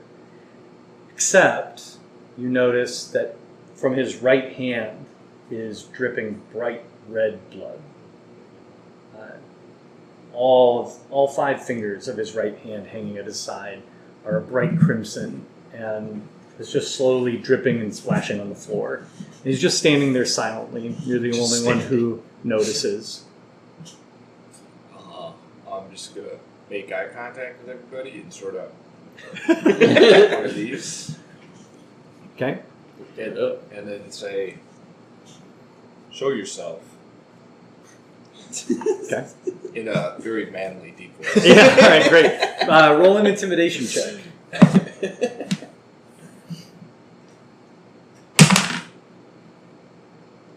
Or Okay. intimidation. While this is happening, can I kind of get a hiding spot in the room? You can Is there any kind of like you can certainly try. Gets behind a chair. just like duck behind something or blend in with the crowd somewhere? Or do I stick out? We're not. I mean, give it a try. Roll a stealth check. I'll do a stealth check. Do it. 6. All right. So here's how this goes. Never mind. Wait, hold on. Never mind. You're all I'm sitting trying to do around. funny stuff. You're all sitting around on couches and like big comfy chairs, all kind of facing the fire. Duke is in one of them, and out of the corner of his eye has spotted this figure in the corner of the wall where the fireplace is.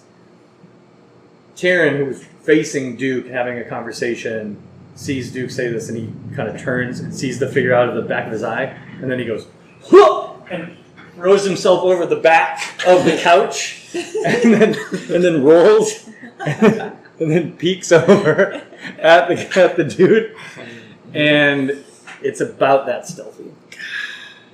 Yeah. So you call out in your most intimidating voice, show yourself, Super hot. but Oh, girls. at the end your voice cracks a little. Yeah.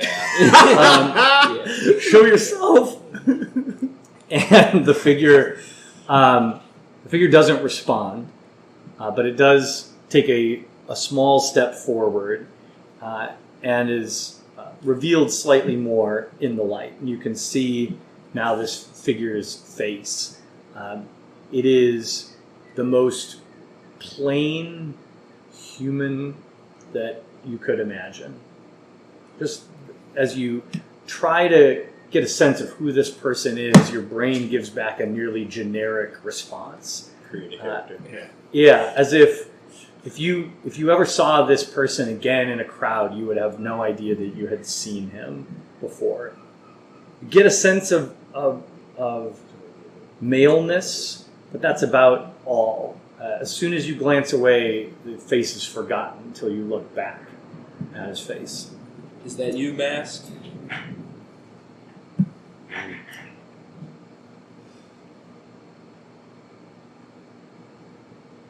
Your journey has been fraught, it seems.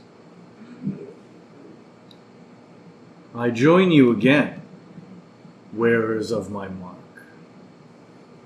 awaiting your report. Along your path, you have attempted to check in with me from time to time. Until recently. This surprises me.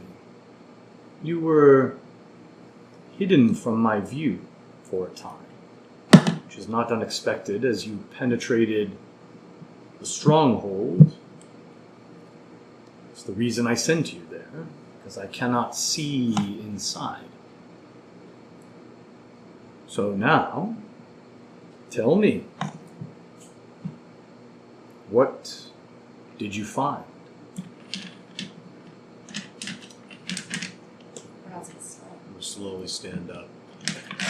Alright, we gotta think of A reason to head out Fiend here east. because, like, we don't want her to be sniped from the cavern. You don't, apparently. We found a cult, didn't we? Yeah, we've got good deception. I have +6. That's high.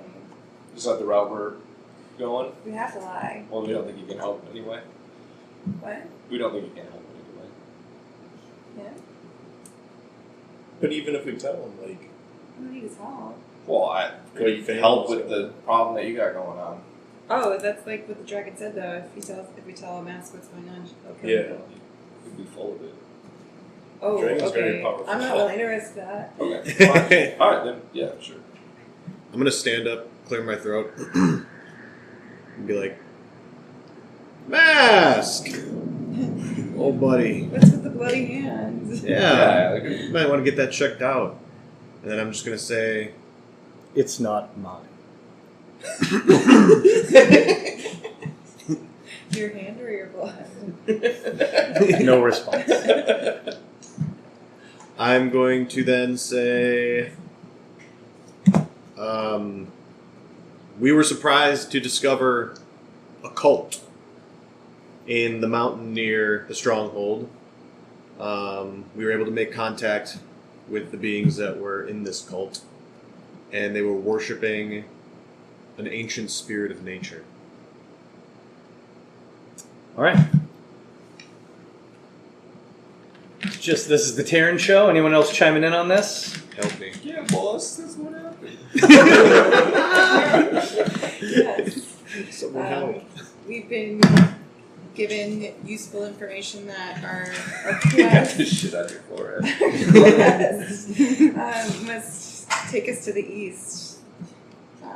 So we're back to gather supplies and continue on our way. Terran, make a deception check at advantage, since you're Very being good feat. assisted. Very good feat. 22. Natty. 24. Very nice. Very good. Very good. Hopefully.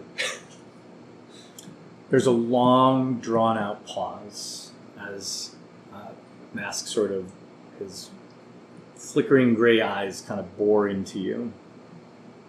And he says, "A cult. This is not entirely surprising. Worshipping a nature spirit, you say. Must be a powerful spirit.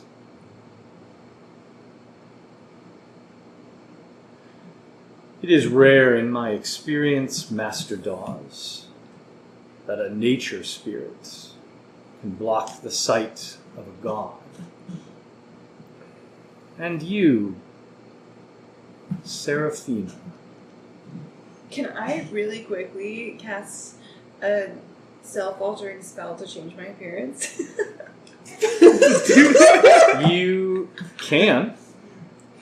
Oh my god. You definitely can do that. In case he wants to unwind my bandage, he just sees like a lightning bolt or something. You can. I will tell you that casting a spell is not like Foolproof on a god. discreet. Oh, okay, that's It- true. It has. There Yeah, are right. movements and sometimes words. It is not impossible to hide the fact that you're casting a spell, but it is not easy to do. Okay. And he's especially because he's looking right at you right now. All right, Taryn, make a scene. Pull your pants down.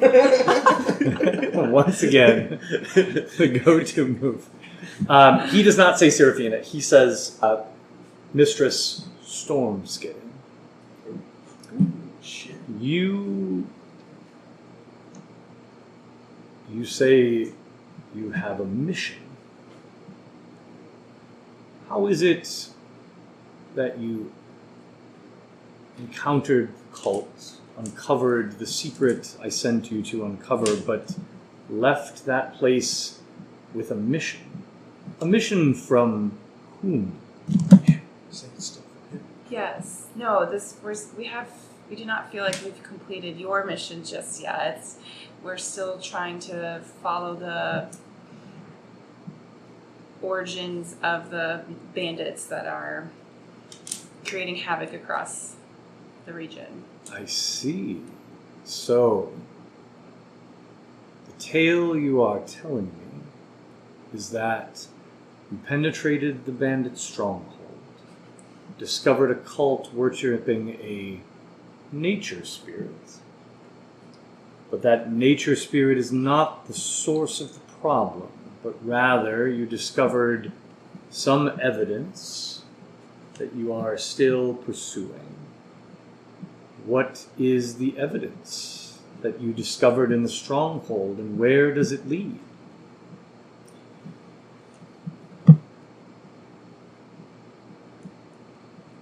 They spoke of, They? yeah, people that speak. The call Call people. I see. Spoke that they were getting assistance from out east, which sounds like some type of dragon. A dragon, Master Quickfingers. This is intriguing. I must admit, draconic involvement is not surprising to me. However,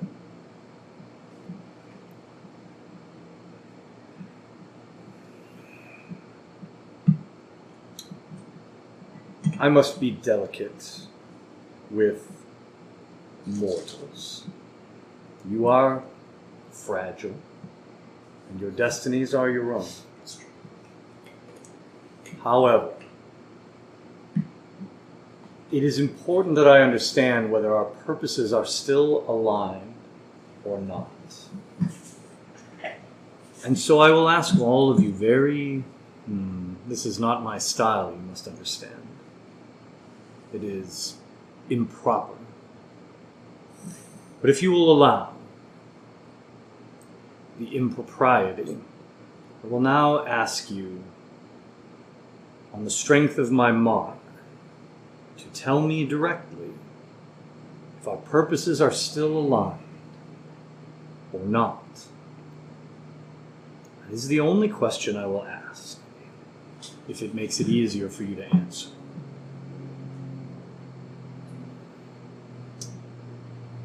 I can say with full confidence that our purposes are still aligned. Yes. Absolutely. Our purposes are still aligned. Okay, now tell me, the DM, if you're being honest, or if you're trying to lie to Mask right now. No, I want to kill that dragon. Yeah, I personally am on that boat. Yeah. So yeah, I'm still with Mask. I think this is like a white lie. Yeah. We're still For sure. all in Okay. on the original. Like, But is killing the... well, not maybe it's not killing the dragon, but like it's still just like I don't want to align with the dragon itself. No. Like, Oh, he's, It's a he, side mission we have to do. it's a side mission that we have to do for like you, like to keep you like alive and like well, but we got to find a way around it somehow, like and still Need like some look kind of power to deal with the dragon right. in the long term. Exactly. So it's like Josh said, the white lie where we are still aligned. It's just All right. right now we have to like kind of go Figure out. Big ass. See that? The wasp. Oh Oh, no, he's no, looking at that's the the airplane. The airplane. Yeah, it's still a little.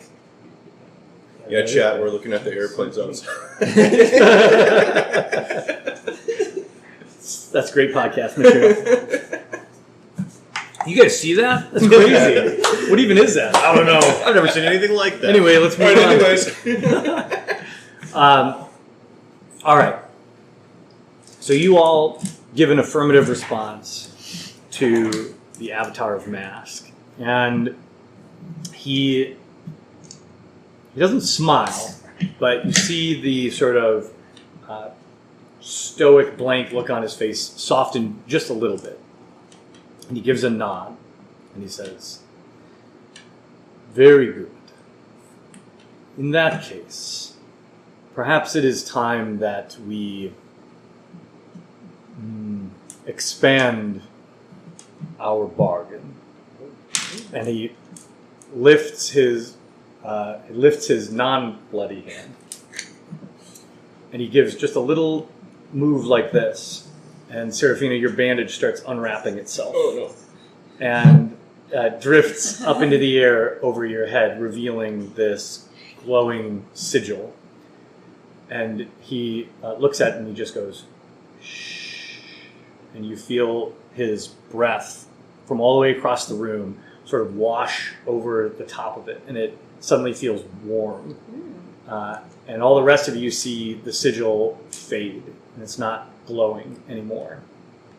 It is still scabbed over. It has not healed.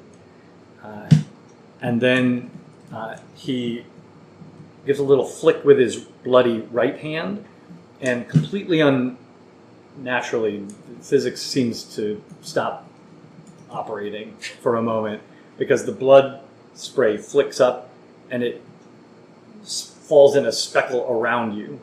You're now surrounded in a circle of blood spatter around the entire room. And then he looks at all of you and says, "We are now protected. You may speak freely. Mistress Stormscale, while I cannot remove the mark entirely, nor its ability to harm you eventually, I have muted its effect. The mark cannot hear its master until such time as the creature that created it can see it again. Okay. Or 1 moon from today. If a month passes, my influence will fade. So I have bought you time and space to operate. And operate you shall need to. Now we have only limited time together, so speak true. What did you find in the stronghold? And what is this mission that you were pressured into taking on?"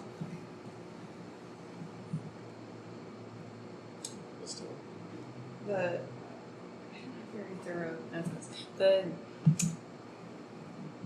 We encountered a dragon that wants us to travel far to the east to infiltrate another dragon's lair and recover a special stone and bring it back to it. Tell me more first of this dragon. Was it Varket? The Winter Fang. The Winter Fang. Interesting. Yeah, And he hates we me. tried to shackle up in this Yeah, cavern unexpectedly as we were trying to infiltrate, like we were talking with you, and he spared us because we did unfortunately tell him that we were sent there by a god that he didn't feel he was strong enough to kind of stand up with yet. So the stone perhaps has something to give him that power to do so. Indeed. Varket is young, but dangerous. He spoke truly that should we move directly against him, he could not stand. However, since the events of hundreds of years ago, we have committed to not press our fingers too strongly on the scale of the mortal world. However, this has given the Drake spawn room to maneuver and grow their influence. And we are one of the only forces that can balance it. Therefore, we move through mortal agents like yourselves. Varket cannot be allowed to grow his influence any further. However, you are too young in your power to do anything about it directly. Yet, I do sense great potential in your group, however. In the meantime, the stone of which you speak is a great concern.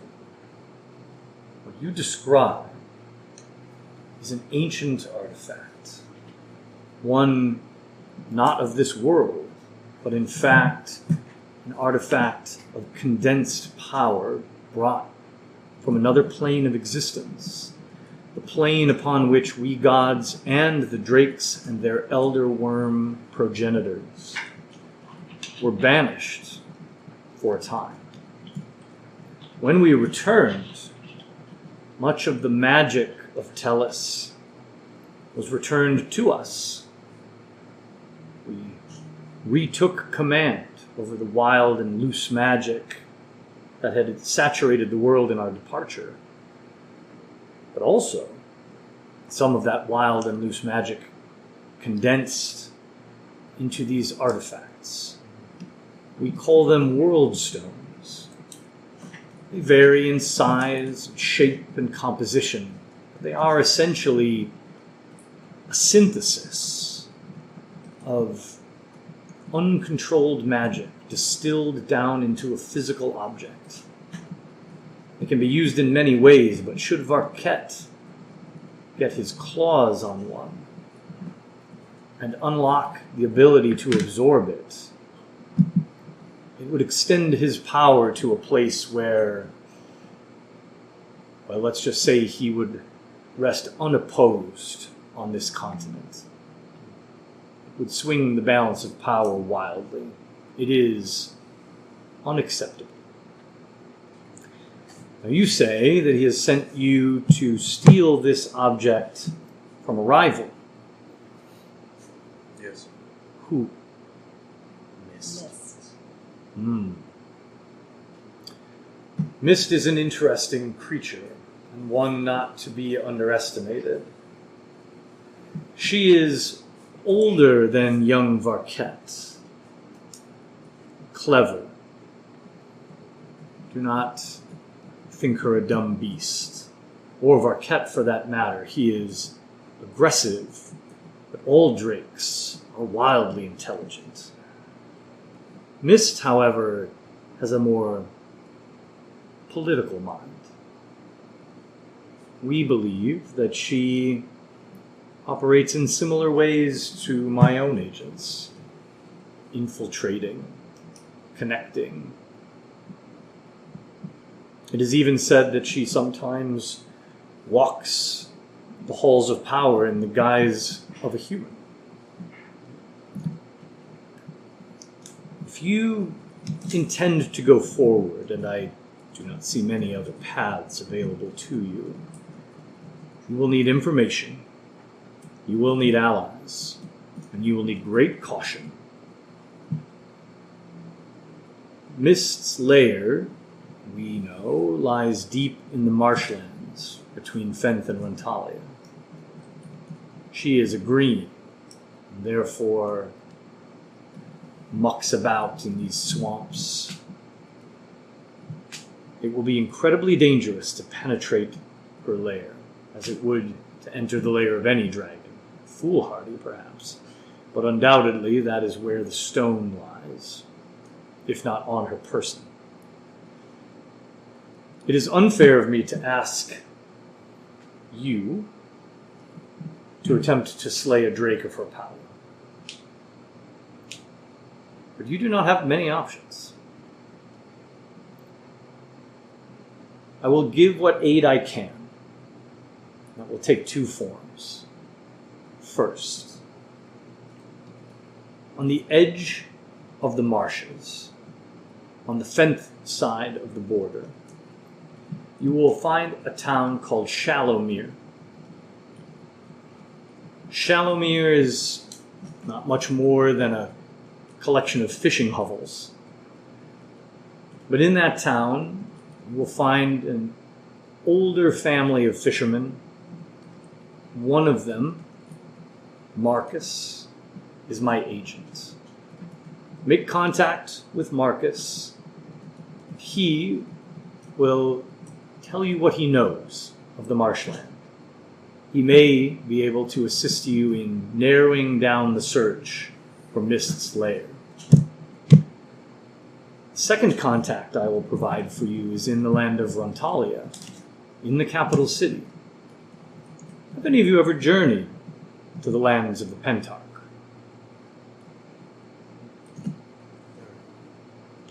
Walk carefully. It is a land of scholars, a land of very intelligent people, but it also is a land filled with very proud men and women. They believe they stand above much of the rest of the world as they peer into the mysteries, pierce the veil, and look into the astral. There are perhaps those there that could be of great assistance, but they will not look on you with admiration. In that city, there is a shop. On the main street, you will find a magic shop called the Griffin's Wing.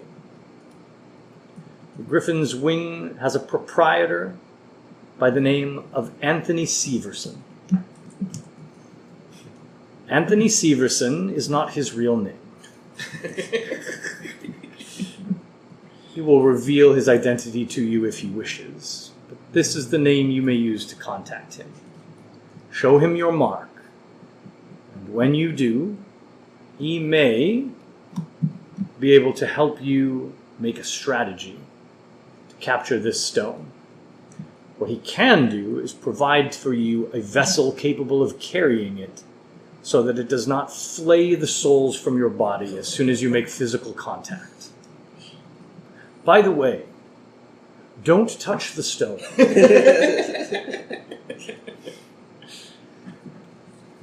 The second way that I will assist you is by deepening our bond. And when he says that, he moves his right hand up like this, and the blood spatter that is in a circle around you on the floor lifts up, and now there's sort of globules of blood floating in the air like you're in 0G. And one globule connects with another and another and another until they are 6 of them floating around the room. Each one comes to float just over your head and then drops down and splashes over your head. And as soon as it does, it disappears. There's no blood dripping down your faces. It's just gone. And you feel your marks flash with heat. You each now have an additional ability connected to the mark of mask, which is that once per long rest, and I'll add this to your character sheets in D&D Beyond, but once per long rest, you can call on the power of your mark to give you an automatic success on a stealth check. Not advantage, no rolling of dice. You can also use this before or after you roll, but it's just one time per long rest. Success on stealth, you said? Mm-hmm. Yep. For those moments when you really need to stay out of the light. If I hide you from the world for any longer, our discussion will likely be obvious. And so I will take my leave. He gives just a tiny bow like he's a butler and steps back into the shadow, and as he does, the shadow seems to sort of swirl around him and he is gone. Damn, he's so cool. Good choice. Didn't expect that to go that way. All right. So mechanically, the mark is muted. There's a 30-day clock on you now to do something about it before it reactivates. It's hard. Mist did not explain to you whether Varket will know that it has reactivated or not. But if you are in line of sight of Varket, it will also reactivate. Okay. So those two things were made clear to you. But until that time, you are marked, but it can't trigger. Can't trigger, that can't kill me. Correct. The mark can't hear Varket. It can't get his signal.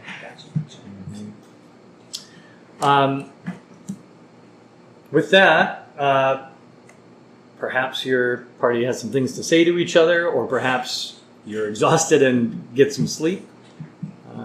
What do you think? Sorry, did he leave cool? Did he just Yeah, he's spanning a circle and sort of vanished too. Yeah, sweet. Sorry. Yeah, I think maybe Yeah. going forward we just try to not lie to gods. Yeah. Correct.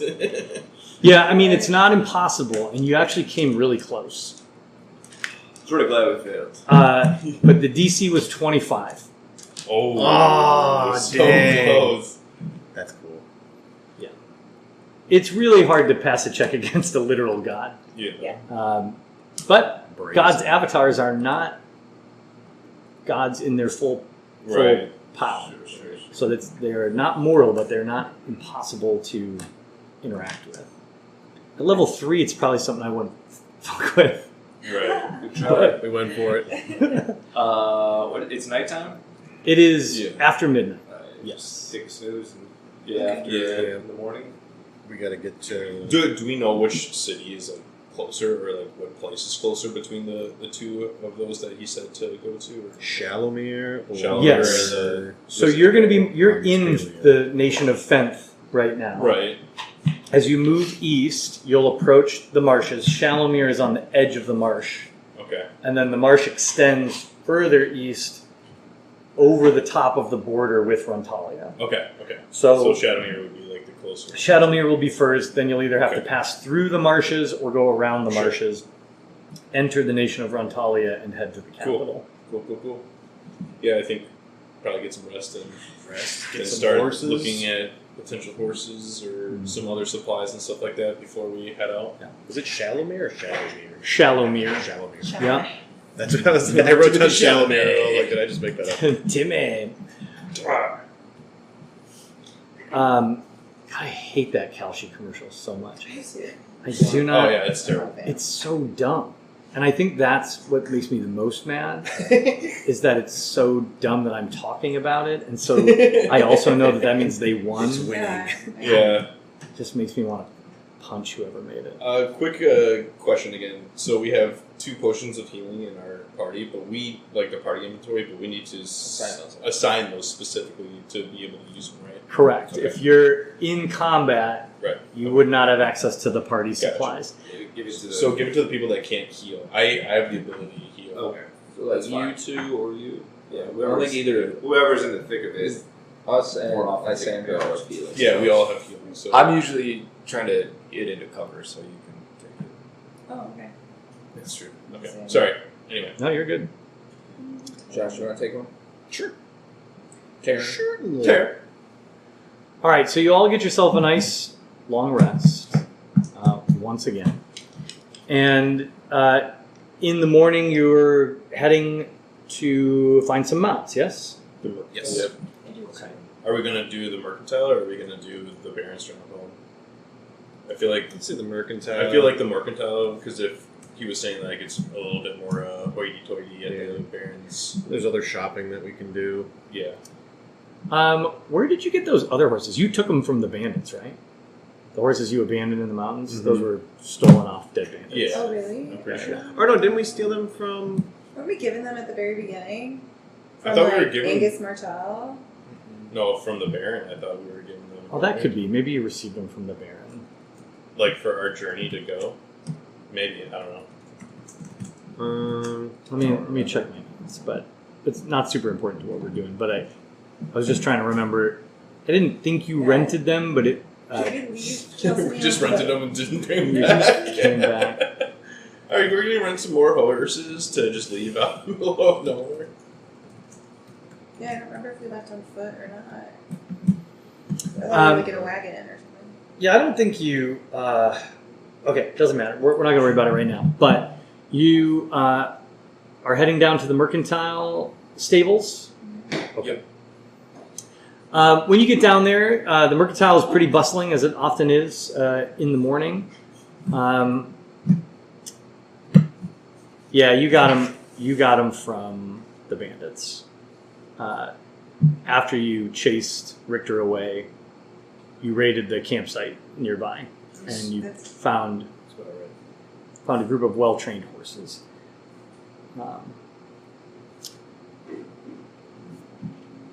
The stalls and such are busy and bustling. The stable and wagon area also has a lot going on, but it's a little early for wagons to be rolling in, so it's mostly wagons being loaded to roll out. You find the stable master at a desk that is set up under an awning on the outer edge of the stables.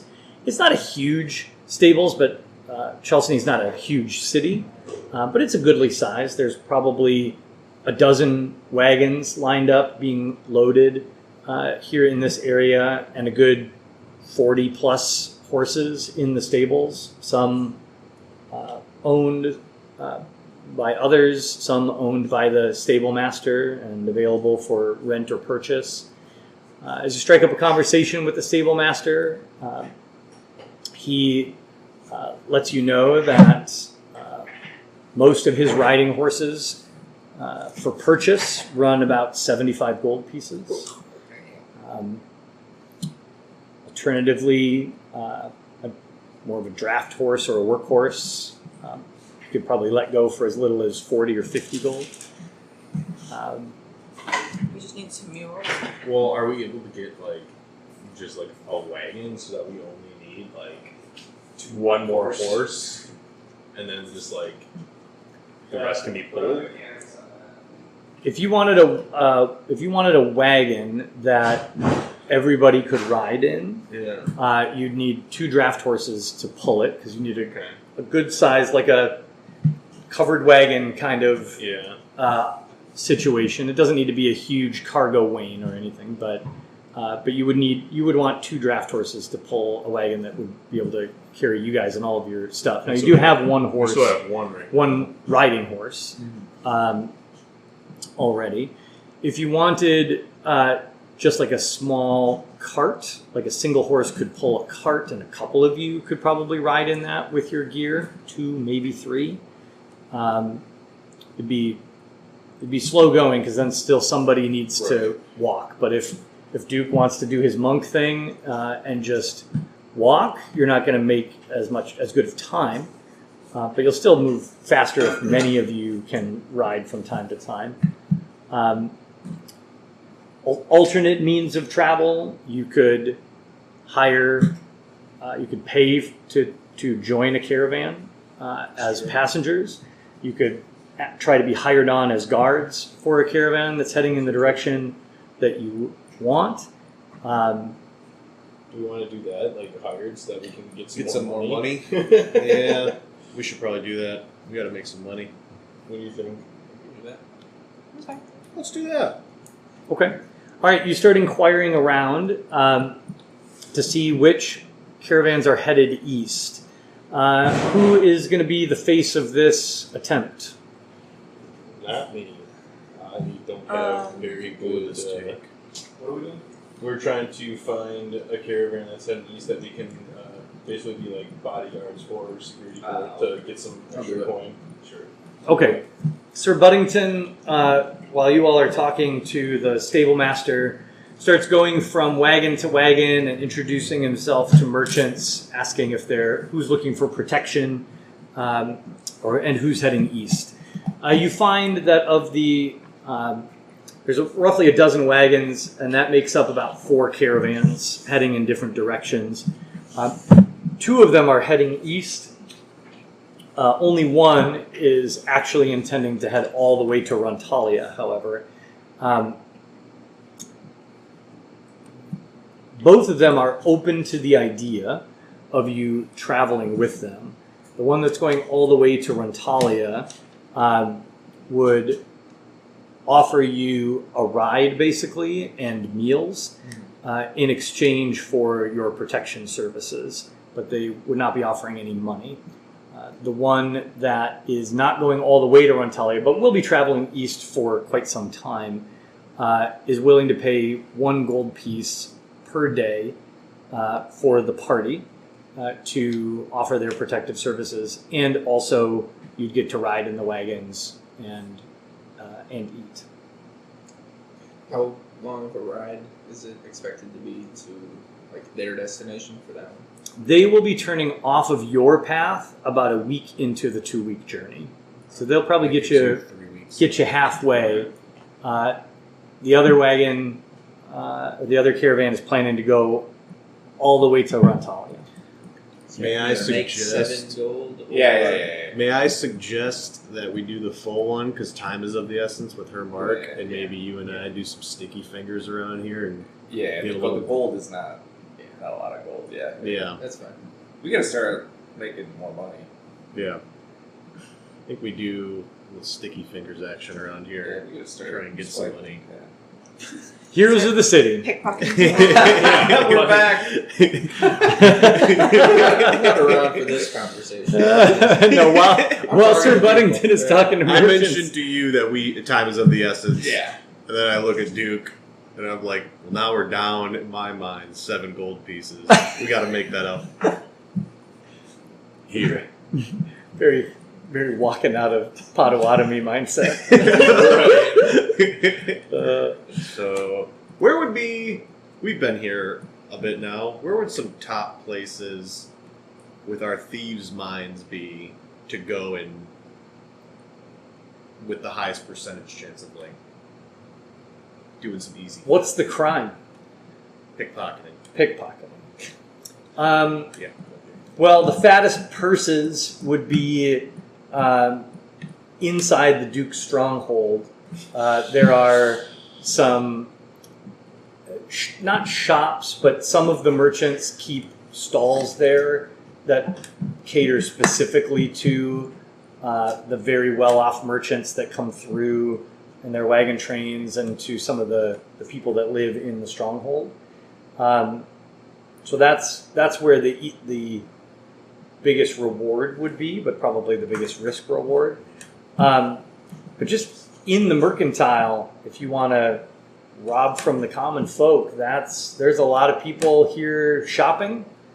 They got their purses with them because they're here to buy groceries and It's just like sundries and such. Yeah. Yeah. I mean, really, the best place is on the main street where the Sliff and the other bars are at night when everybody's out carousing. But Broad daylight. that's When is this? 12 hours from now. When's this Yeah. caravan leaving? Caravan setting out this morning.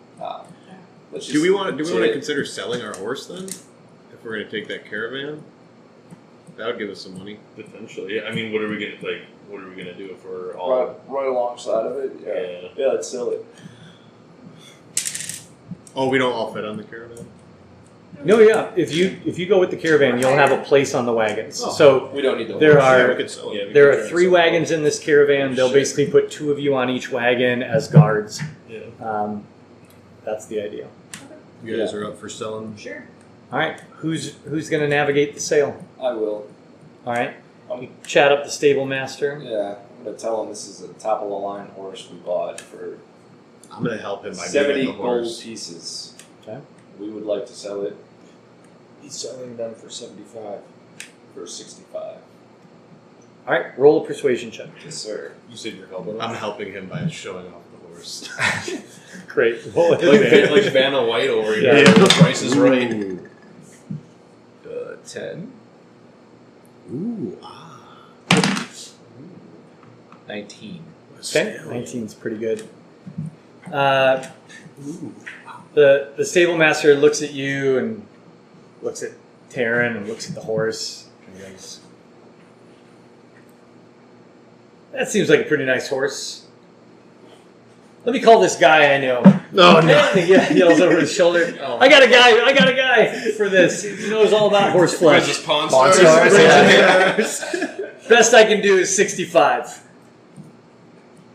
Yep.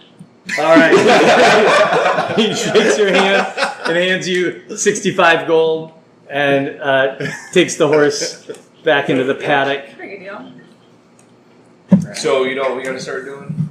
We start Stealing stealing horses. Hey, finally, we're horse thieves. That's why they used to do it. Didn't take long. That's what we've been waiting for. Alright, you said 65? 65. That's a good amount of money. Cha-ching! We got to start building some wealth here. Alright, we're up to 123 in the I party. sort of like pulled pork non barbecue approach once in a while. It's delicious. What does everyone Not have in ordered. their own inventory? I have 65 pieces. I have 20. Oh, I have 75. Oh, I'm glad you like it. dude, look at that. Rich Buddington. We killed some people. Yeah. I kept some of that. Yeah, see, that's I'm your a charge. fan. I wish I could get my The kids treasury to is just stocking his pocket. I got 28. Couldn't even I'll see afford what half of I'll see those. what You guys are stacked now. You should buy horses. Yeah. All right. So, a little bit of cash in your pocket, and now gainfully employed. You roll out of the city. Unless there's anything else you want to do in Chelsea before We you don't need depart. food. They're going to feed us. They're going to give us shelter. Yeah. How much are health potions? usually? Generally, We you might- see a price around 50 gold. Whoa. Should we trade in that gold right away and see if Maybe. what's his face has any? I actually have 2. I didn't realize that. Oh, Rich. 2 health potions? I think, yeah. all right. So we have like 4 total right now. Just want to make sure we And then have making sure enough. that's not in the group inventory. That's No, yours. it's just mine, yeah. It's expansive. Boy, I should look in my inventory. Yeah. How many? It is good to peek in your inventory every once in a while. It's I- easy to forget that There's stuff still is in there. one in the party. I have 1 as well. I have. Man, you guys are flush. You don't think we need to buy more? You should have just sold all your health potions, then you could have bought horses. Yeah. They're like, damn, we gotta get some health potions. Let's sell these horses. That would be in your inventory? Your inventory. I thought you gave me one, Judd. I didn't. You might not have I moved told it you out to of the take party. one. Maybe yours is in the party Party inventory. inventory? Yeah, so make sure you move that. Just move that to yours. Move that to Potion yours. of healing. Yeah, I feel good about this. Yeah, I feel good about that health potion. Still have numbing on it. Put some on my forehead. Last longer, huh? Is that what you did to That's what's in Angus's box, too. Oh no. Just a huge tube of numbing ointment. that's what I was like. Is that what you used for that? Farrah or whatever it is? No, that's what she. Yeah. Oh, that's what she gave you. gave me. Oh.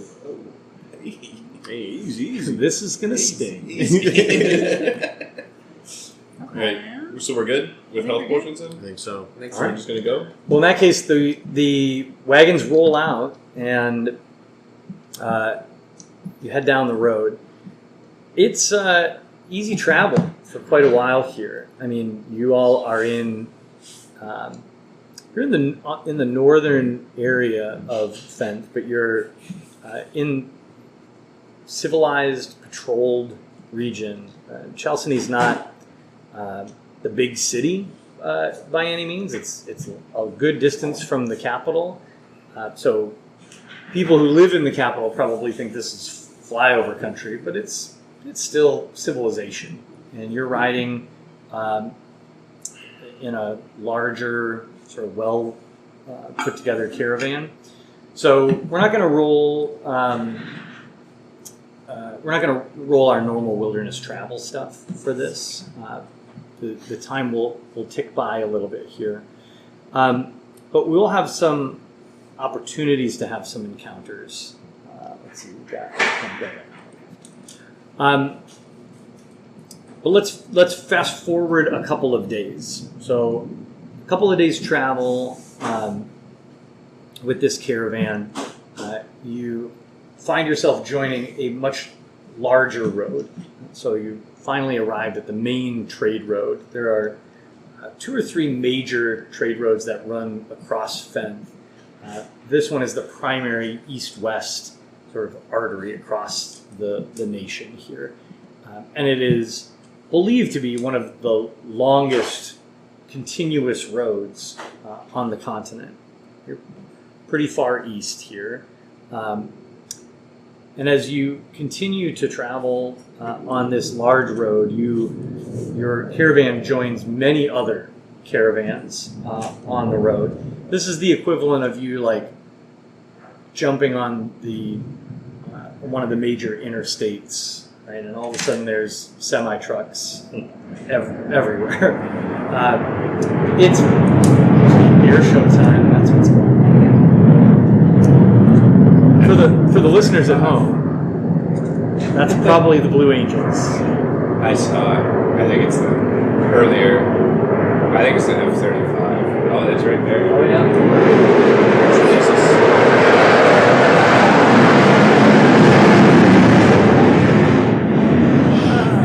Yeah, that is cool. My God. Top of the line. Yeah, I was like, man, where's my Danger zone. Yeah, so right over by the bridge, and then and then it came just right over top. There it is. Yeah, I think it's nasty.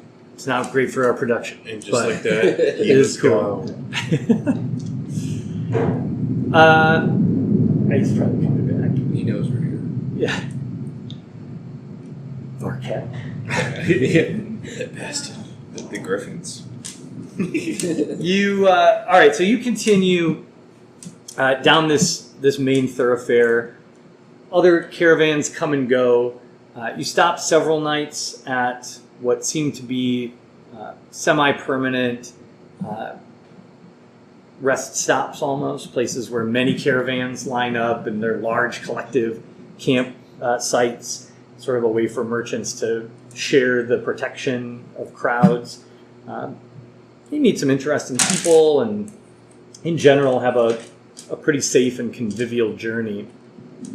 In these first 3 or 4 days of travel in relative safety, is there anything that any of your characters might get up to? Things that they might invest their time in, downtime in the evenings or time while traveling, projects that you think your character might putz with? We might just like get to know the other people in the caravan and ask them questions about where we're going. Yeah, about what's the other territory we're going to? Rontalia? Rontalia. Sure. Ask a little bit about if they've been there and what it's like. Sure. If they've heard about the dragon in the swampy marsh area. Okay. Yeah. Well, so first, it's easy to get people on your caravan talking about Rontalia. More than half of the people on this particular trip have never been to Rontalia. They're excited to see it. The guy they work for has been there a bunch of times. It's a regular stop for him. But he is not a super wealthy merchant, but a fairly successful merchant. He runs several caravans and sort of rotates his staff onto different routes at different times. So in particular, some of the younger employees are like kind of jazzed because they've never been there, and they're kind of nervous because they haven't been out on this side of the continent before. But some that have been around for a while talk about it a little bit. So Rontalia gets described to you, it's a little bit, like physically, geography-wise, is a little bit more like Vatican City. It's not big geographically. Rontalia is more of a city-state than it is a nation with vast tracts of land. So the capital city, Rontalia, is also the nation of Rontalia. And its most noticeable trait, or the feature, the thing that the city itself is famous for, is that it doesn't rest on the ground. It is a flying city. Rontalia floats in the air about 150 feet off the ground. And there is a huge it's described as a huge rock, basically, that it's sitting on. It looks, and there's a crater beneath it. So the people that are describing it to you say it looks as if a god dug it out of the earth, lifted it up, and then set it there in the sky. The crater beneath Rontalia has also filled in with water over the centuries. And so it is a large, deep lake, and they call it the Lake of Shadows because it is almost always under the shadow of the city itself. So the surface of the water rarely sees direct sunlight. It is a city of mages, a city of magic and study. And so the citizens of Rontalia are all practitioners of magic. One cannot politically be a citizen of Rontalia without being a demonstrated practitioner of the magic arts. And one's status in Rontalia and one's influence is based very heavily on their magical ability. So the leaders of Rontalia were known as the Pentarch of Mages, are the 5 most powerful mages in the city. Like, literally, their magical powers are better than others. Now, those of you who know a little something about magic would know that that is still a subjective definition, because magic abilities are so diverse and strange and esoteric, especially at that level. It's not like there's some measurement. They don't put a sorting hat on and say, you're the strongest wizard, you're in charge. There is still jockeying for power and influence, but at the end of the day, if one wants to join the Pentarch of Mages, one has to strike down an opponent in a wizard's duel. It is not always done that way. In many cases, what you hear from folks is that a sitting member of the Pentarch may bow out of their position if another mage is rising in power and they don't believe that a duel would go well. But at the end of the day, the strength of Rontalia and the reason that it has never been challenged by another nation, no one has ever attempted to conquer the city-state of Rontalia, is that the power of the Pentarch is so considerable that entire nations hold back their armies out of fear of what the Pentarch would be capable of casting.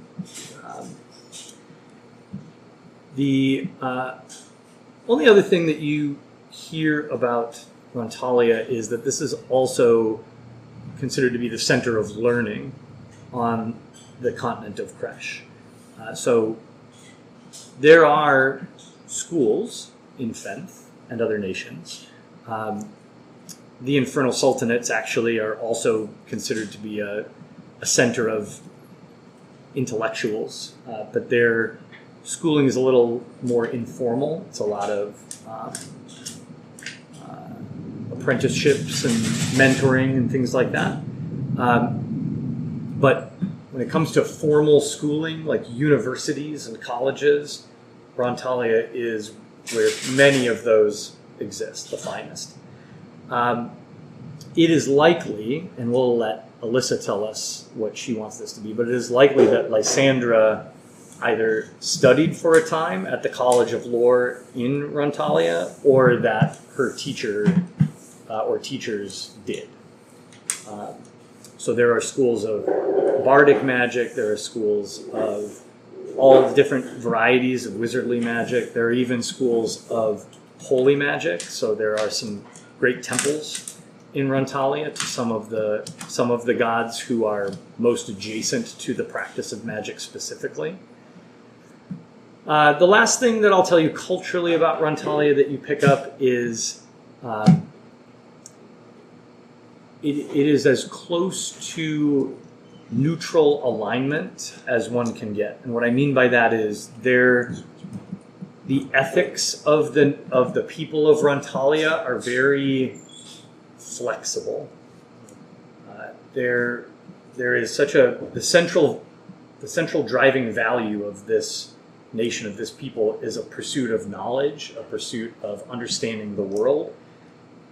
And messy things like ethics and what's right and wrong tend to get in the way of that. And so that's not to say there aren't good people in Rontalia, but things that in other nations might be considered taboo, in Rontalia rarely are. So it's an interesting place. Total population of the city is probably less than 100,000. So it's a good sized community for this continent, but that's the population of the entire nation. When you bring up the dragon, people in the caravan become very nervous, especially the younger ones who have never been out this way, and no one has heard anything about that, nor have any of them seen a dragon or even heard rumors of dragons before. But now they have, and they're pretty freaked out by it. And they're asking the caravan master frequently. You overhear them asking if that's real and if that's something they should be worried about at the end of this trip. At a certain point, he comes over and asks you to stop asking about it. Anyone else getting up to anything while you travel? Could I break out my dice and do a little gambling with people? Yeah. A little gamesmanship? what is Taryn's objective with this gambling? It's actually just building camaraderie. So he's not worried about losing any money. It's just to pass the time. Got it. And All put right. little friendly wagers up for it. It's not scamming. Not scamming. Make a persuasion check. You can do this at advantage because you're proficient in these dice, right? 19. 22. Excellent. Next to the biplane, that's a cool pairing.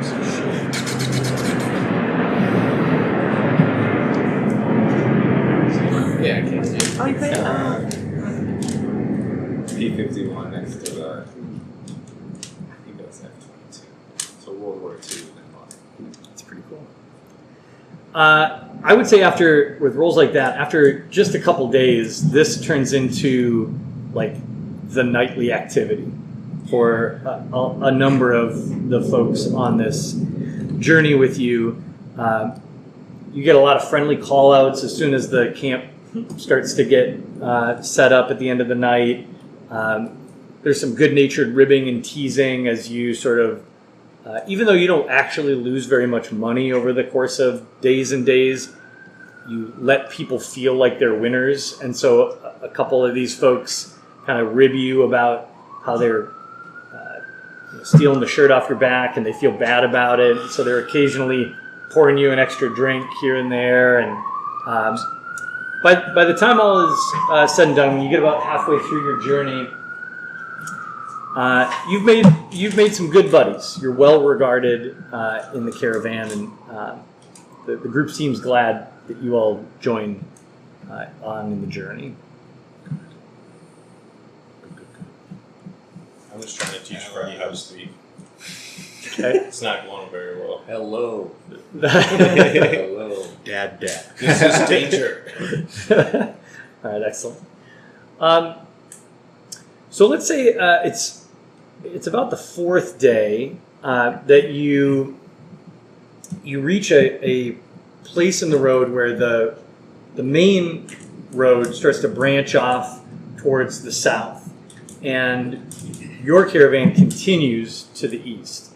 And so you're still on a road. You're still in a civilized area, but you're now more on like a state highway than you are on a freeway. And you start to get into an area of rolling farmland that you travel on for quite a while. And the stops now are less on you're stopping less at like truck stops and more stopping at like little villages and hamlets. There's sometimes an inn, sometimes not. Sometimes you're pitching a camp in some farmer's field. Other times you are able to drop a coin or two and sleep in a bed, which is nice on your journey. But about the fifth or sixth day of your journey, you leave civilization and you head into an area. The mountains, by the way, this entire time have still been on your right-hand side. There's a large and long mountain range. You'll likely see them in the distance to your left for the majority of this journey based on what the caravan master has described to you. But after days of traveling through this farm country, you enter an area that is much more wooded. And this is not wilderness. You're still on a road traveling, but now you're traveling through the forest. And large pine trees rise up on both sides of the road. It's fairly well maintained, but there are occasions when, as a group, you need to get out and drag a fallen tree out of the way or clear an area of the road that's gotten too muddy from rains, maybe lay down a board or two to get the wagons across. And so as you travel, you definitely feel like you're earning your keep. On the evening of the sixth night, as your group is making camp, you suddenly hear some chaos in the back of one of the wagons, and you hear somebody call out to everybody else in the caravan, "Trey! Has anybody seen Trey?" And the head ducks around the corner of the wagon and looks at all of you and says, I haven't seen Trey in an hour or more, and he's supposed to be helping me move this load to the other wagon. Can you help? Can you look around? Trey is one of the younger members of the caravan. He's a teenager, but probably 17, 18. Nice kid, excited to be on this journey. A little spacey at times, but nobody seems to know where he's gone.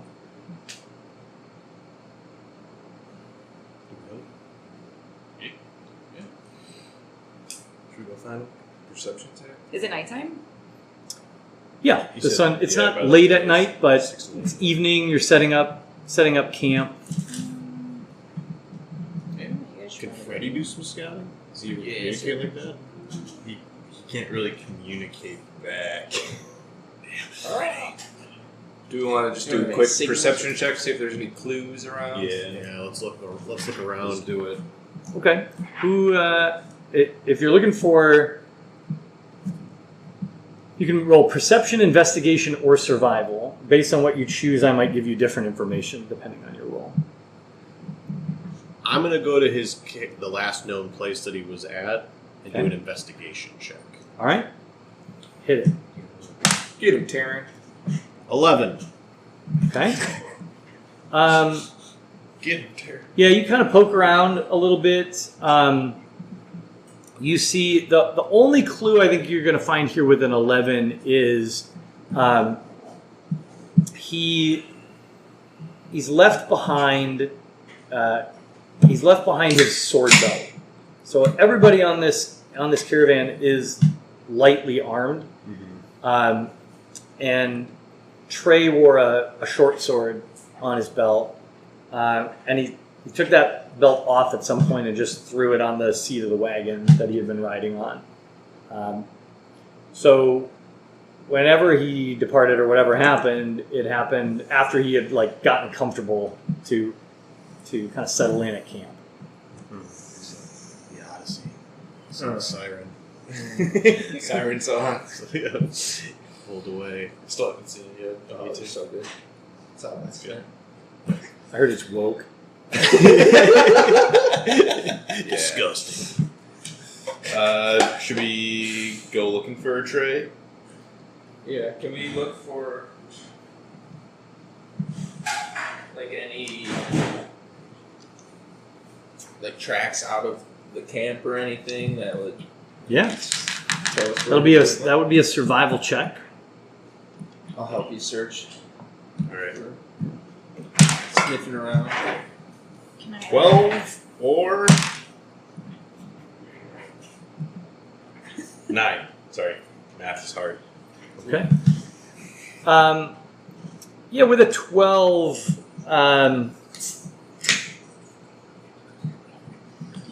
I would say you find 1 or 2 boot prints leading away from the wagon that Trey had been on. And they are not heading in the direction of the campsite. They are heading off into the woods.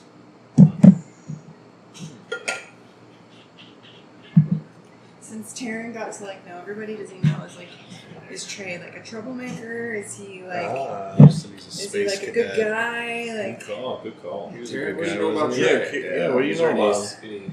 He's a little spacey. Again, good kid, Yeah, he's fired up to be here, but okay, kind of a space cadet. He drifts. yeah. He's got a good head on his shoulders.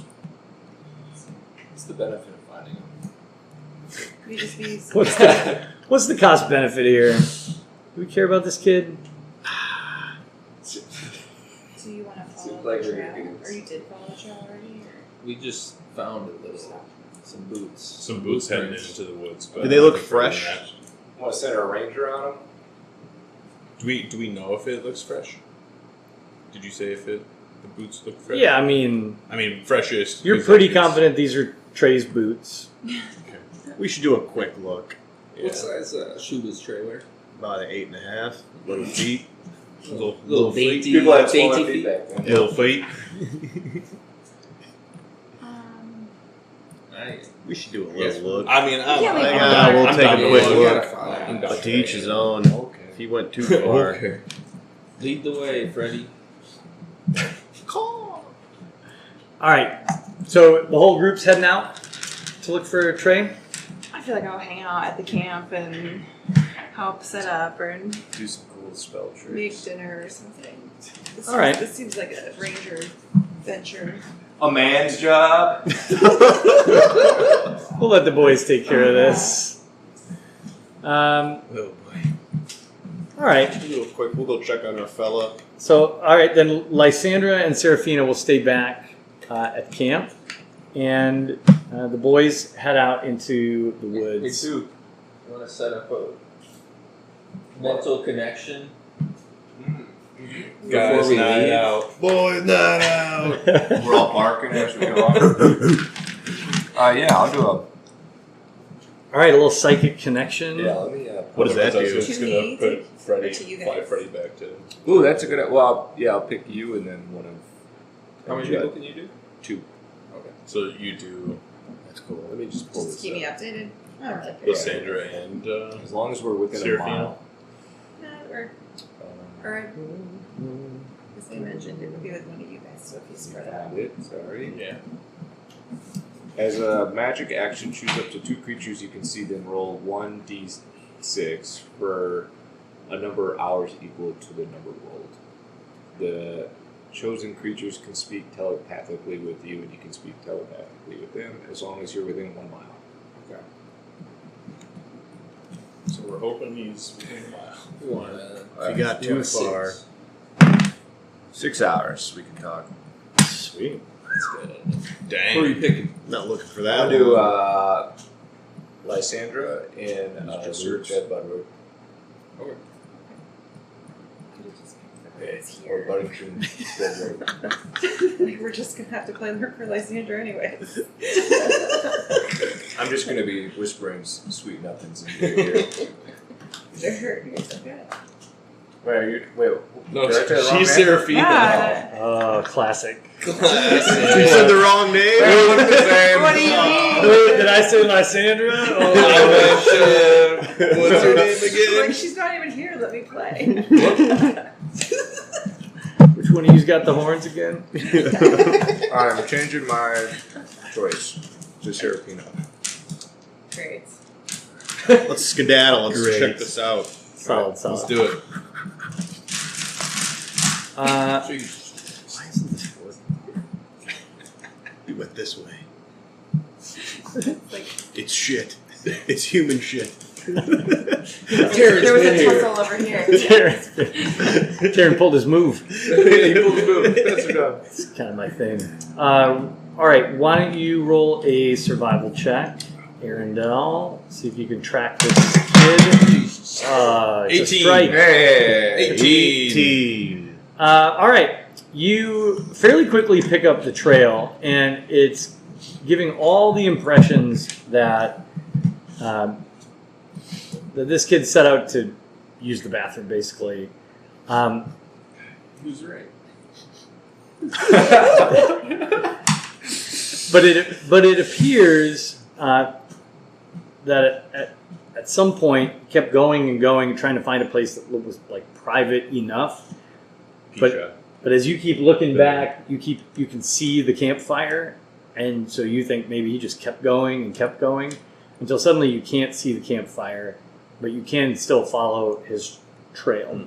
And you do find the spot where he eventually decided to use the bathroom, but then instead of his tracks coming back and rejoining his trail to get here, he heads off in a different direction. And trail him a little bit further You got lost. until you come upon what you can see from a distance looks like a broken down shack or shed almost. When you get a little closer, you can tell this is like maybe somebody's, I wouldn't say a hunting lodge, but like somebody built a hunting shelter out here, but it looks like it's been abandoned for a really long time. Like one of the walls has partially fallen down. It's still mostly standing, but the wood is really rotten away. And the woods around here are sort of hanging with various mosses, like Spanish moss kind of vibes around here. And it's pretty dark. The tree cover is such that the moon's not getting through all that well. And the trail leads right in here. It looks like his boot prints head towards that shelter. No one outside or no other like activity that we can tell. Is the door closed or it's pretty open? We can see in or not? There is no door. But you can't see the full interior. The side that has collapsed is sort of facing away from you. You'll have to approach a little closer or loop around. You don't hear any screaming. Any other like perception wouldn't like do any more than what you've already told us. You can roll a perception check. That is a natural one. Nice. I don't see shit. It's dark out here. I don't see, I don't see shit. Alright.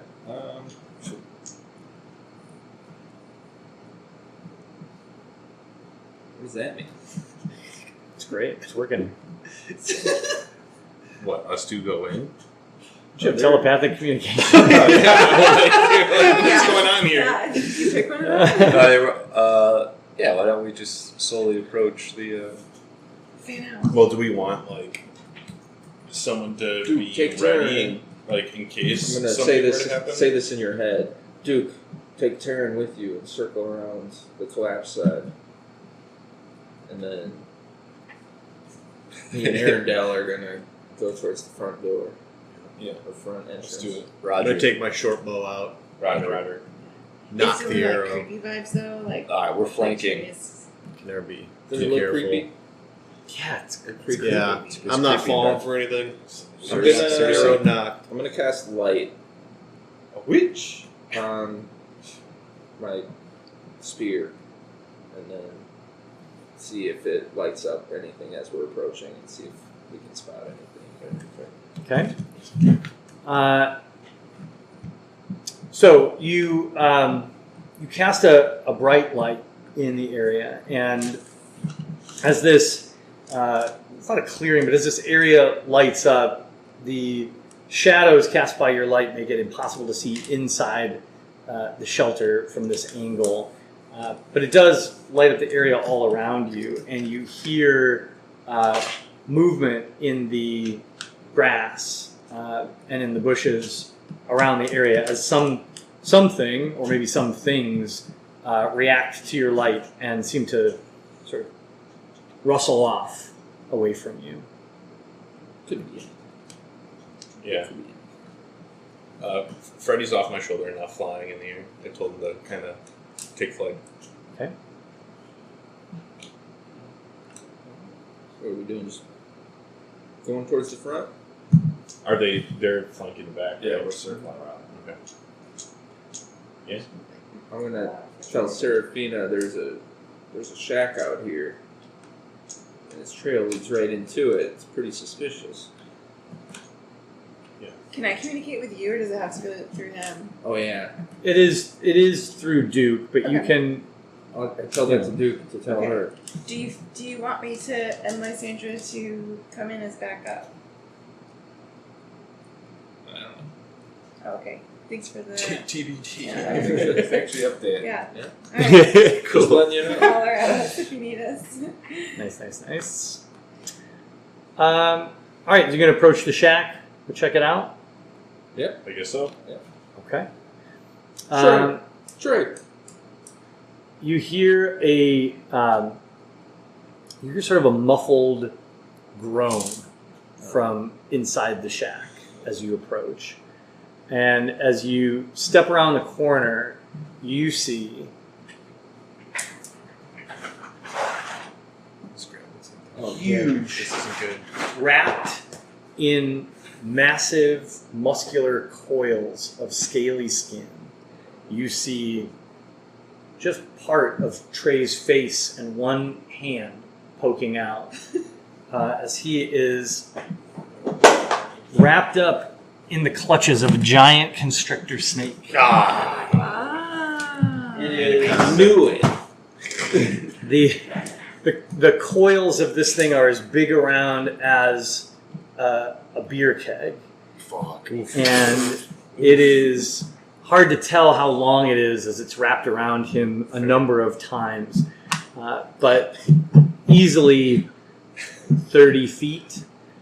And as you come around the corner and it sees your bright light, the snake's huge head, which is about the size of a normal-sized alligator's head, swivels and looks right at you. Its two slitted reptilian eyes staring right at your light, and it hisses defensively as it raises up to protect its meal. And that's where we're going to roll initiative, everybody. All right. We get a surprise round on it. Right? 14. You do not. Do Lysandra and let's tell them. Seraphina roll initiative or no? No, they're not here. Okay, I was just. Well, I'm telling them to come. Okay. Hurry! All right, so it's a 14 for Taryn. Yes. Move it. Is that with your initiative bonus? Oh, sorry. Mine's 11 with initiative. Arendelle. 15 with initiative. Okay. 13. Oh, my initiative is 5 for Duke and 13 for Sir Buddington. Very good. So that means we are going to start with Taryn. I'm not going to set up a battle map for this. You've got one creature to tackle here. The only thing I will tell you is that it's inside the shack, so you only really have one angle of direct attack unless you want to get in the shack with it. The creature itself takes up most of the shack. Yeah, he's got Trey. And he's got Trey in his coils. Trey, what are you doing? So the only way to get to him is the entrance? Yeah, pretty much. Okay. Let's see, I think I've got What's up? some like stone pillars. You have to hit them. There's only sort of, unless you get in the shack with them, you can only hit them sort of directly from the front of the shack. What about do the collapse wall in the back? That's not in it. The collapse wall is the angle you have. Okay, gotcha. So we can't. We have the front door, so if we go in, they can hit it. But So Taryn, you're going to act first. I am going to... Joe, where are you? I'm just in the front. Right here. Right I'm there. going to sprint up to the shack and start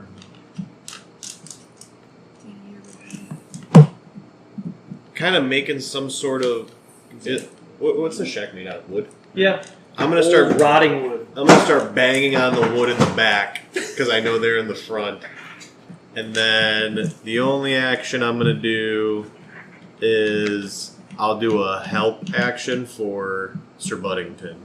Okay, great. So you're going to try to distract the snake as a way to help Sir Buddington in whatever action he decides to take. Yeah.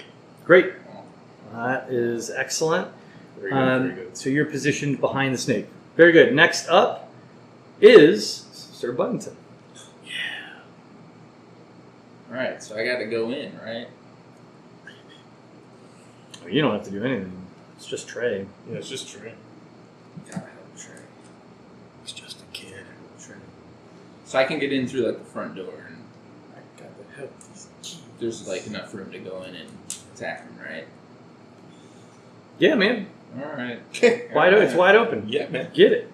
Alright, I'll just go in the front door and attack them. Get them. Get him, bud. So as I go in for the attack, I'm gonna do my channel divinity and do my imbue weapon.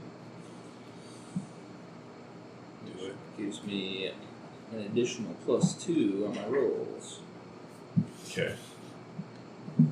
Okay. Wait. Do I have to move you up then? Yeah, just move you straight up. Be 17, and I have advantage with you. 17. Okay, 17's definitely going to hit the snake. Yep. Okay.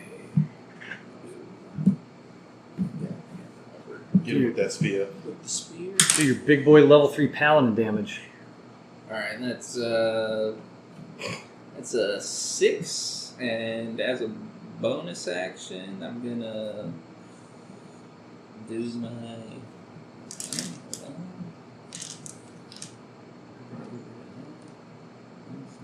I'm gonna do a divine smite.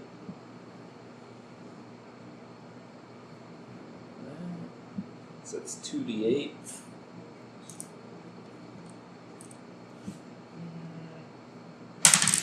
Seven, Nice. 8, Nice. Okay. 15. Total of 15. Yep, for the divine smite. And then what was the original damage? 6. 6. Nice. Very well done, Joe. 21 points of damage. Yes. And I just stay there. All right. So distracted by Terran's battering on the back wall, the snake's head swivels back, and as it does, Sir Buddington takes advantage and steps forward and slams his now glowing holy spear into the side of the snake, which hisses in shock as he buries the spear deep inside and then rips it back out, and there's a sort of a sizzling of flesh as the radiant energy around his spear sears this creature. Next up is Arendelle. So do I have direct sight with my bow Sure. to get him? Yeah. I wasn't sure because of like the. Yeah, if Only you're like door. standing in line behind Yeah. Sir Buddington, you've got a shot. All right. I will first take my bonus action to select Hunter's Mark on the snake. Mm-hmm. So let me just click that here. And then I will shoot my bow at said snake. Do it. Not a natty 20, but a 20. Okay. Well, it's definitely going to hit. Good hit. So 1d8 plus 3. 5 plus 3, so 8. Plus Hunter's Mark. And then plus my Hunter's Mark, which is a d6. Sorry, I just rolled. Ignore it. That's right. Plus 1, so 9. All right, 9 points of piercing damage. All right, whistling over Sir Buddington's shoulder, an arrow plunges into one of the larger coils of the snake, and it flinches in pain again. And I'll stay there. You hear Trey from inside go as the coils crunch down a little harder, reacting to the pain. Next in the initiative is the giant constrictor snake. It is going to lash out in attack, attempting to bite Sir Buddington, who is right in front of it. That is a 21 to hit. Yeah. You are going to take 13 points of piercing damage as the snake's giant fangs bury themselves in your shoulder. And then as it pulls back and rips its fangs out of you, you're going to see all the coils constrict around Trey tightly. Trey is going to take 15 points of bludgeoning damage. You hear a muffled cry and a crack of bones as Trey's rib cage caves in on itself. Wow. You do not know Trey's condition. Duke. I'm up. Not good. Is this me? Yeah. Yeah. I'm gonna circle around the front here. Do a little pirouette. Do I have Do you have wings? Yeah, I don't Today know. does. Today I do. That's Raise you I like it. Sort of look like Saint Michael.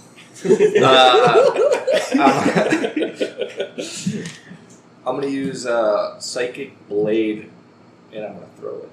Sick.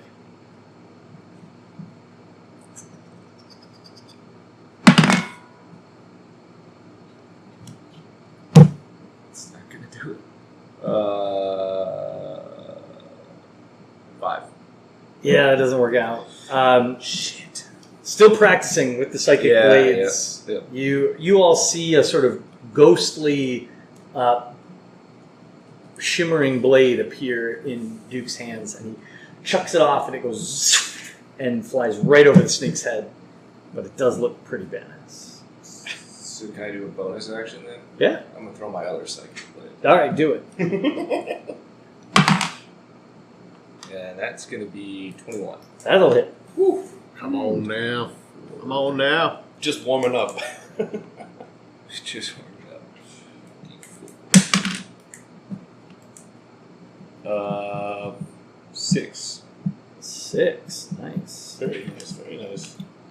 All right. And then since I have this Vex, so if you hit a creature with a Psychic Blade and deal damage to it, you have advantage on your next attack roll against that creature before the end of your next turn.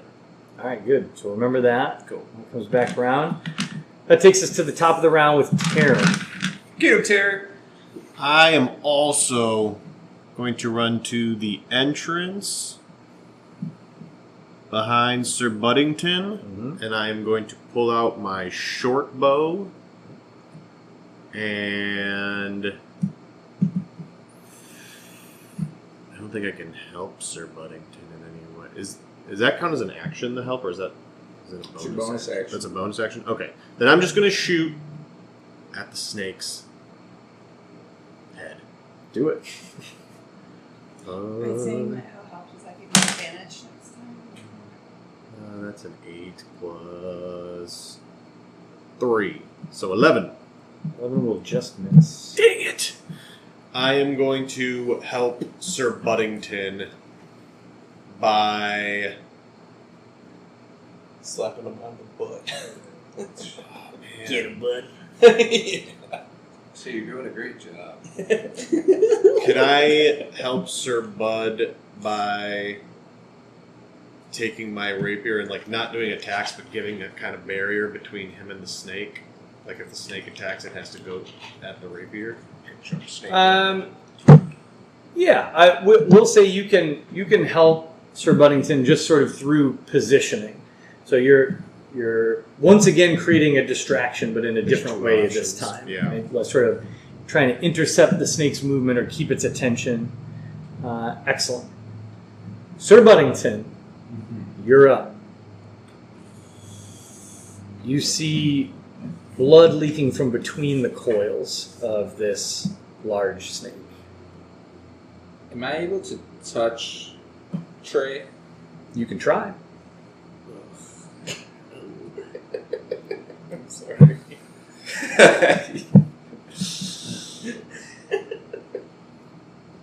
Yeah, he's as good as dead, isn't he? Seems like that might be up to you.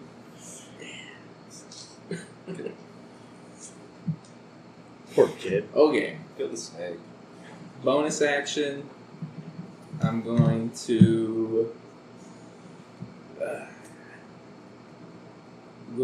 give myself 13 charges of my lay on hands. Nice. To heal myself up to full. And then I'm going to actually go up to the snake and try to rip him off of Trey to like unrestrict him. Okay. You are going to make a strength check. The DC is 14. Damn, that strength. Let's go. 18. Let's go. Will there be Strong advantage blood. too with that? For the help? Oh, yeah. Yeah, you're getting help. Alright, 18. Very good. All right, you all see Sir Buddington grab his holy symbol and press it against the deep puncture wounds from the snake's bite, and a glowing light fills the gaps, and much of the wounds close over. And then he leaps forward and grabs these coils and starts twisting them apart, and manages to grab Trey by the back of the shirt and just yank him out of the coils and toss him gently to the side. As Trey's body lands on the ground, you don't hear a sound. He just falls like a sack of meat to the floor. It is Arendel's turn. So with that, I don't have the knowledge, like, if I were to use, like, my cure wounds, that it would, like, actually heal him, because he could be potentially dead. You would need to get closer to Trey to be able to make an assessment. You're standing a little ways back, right? Do I have to go forward then? You got to get to Trey's side to know what's going on with Trey. You're out Where's here in the Trey? woods in the dark. He's Where's- in the shack right next to me. It's danger He's close. still in the shack. All right, so then I'm in, I'll like, go. I'm in the front of the shack. I'll go next to Bud, and then, like, does checking on him, like, count as an action, or No, you can bend down. okay, Give me a medicine check. okay, natty 20. Okay. Was, You bend down and you can see at a glance that the one side of Trey's rib cage has crumbled in, and even though one of his lungs is clearly punctured in more than one place, you see just a little blood bubble come out of his mouth, and you can tell that he's still just barely trying to breathe. Trey is still alive, but blessedly unconscious. He is barely alive. Does cure wounds help that or not? Okay, well then I'm gonna use my action to cast cure wounds, Okay. Roll for the healing. which is 2d8 plus 2. Where's the 8? 5. 1, so 6 plus 2, so 8. That's very good. All right. You press your hands down on the side of Trey's neck, and natural healing energy floods through him. You hear some pretty horrific pops as Trey's bones sort of reposition themselves and come back together. And though he's still very bloody and he looks like he's still in a pretty bad way, you see him take a gasping, shuddering breath and become conscious. The moment he becomes conscious, he starts screaming in agony and clutching at his chest. But he is awake and alive. For my bonus action, then, I would like to tell Freddy to B-strike, Yeah. and Nice. then fly away, because he's got like 60 feet for flying ability. Do it. On the snake, obviously, not on Trey. To be clear. Brought you back just to take you out. It was a 2 plus 4, so 6. So That's going to miss. But still cool. Still Freddy's first attack. yeah, Still fun to get in the fight. He's getting his feet wet, you know. His wings wet. Freddy swoops down, but the space in the shack is a little tight for him. Yeah. He does kind of flutter and claw at the snake, but quickly ducks out before he can get hit back. That's going to take us back to the constrictor snake. The snake, I think,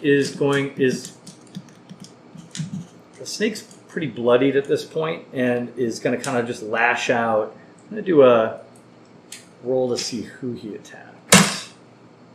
That's going to be Arendelle. So he lashes out to bite at you, Arendelle. That is going to be... Ooh, that's a good one. 25 to hit. So you are going to take 12 points of piercing damage as the fangs sink into you. And then I need you to make a strength saving throw as it attempts to pull you into its coils. Come on. Son of a bitch. 5. All right, on failure, it pulls your body into the shack and quickly wraps all of its coils around you and begins to crush down.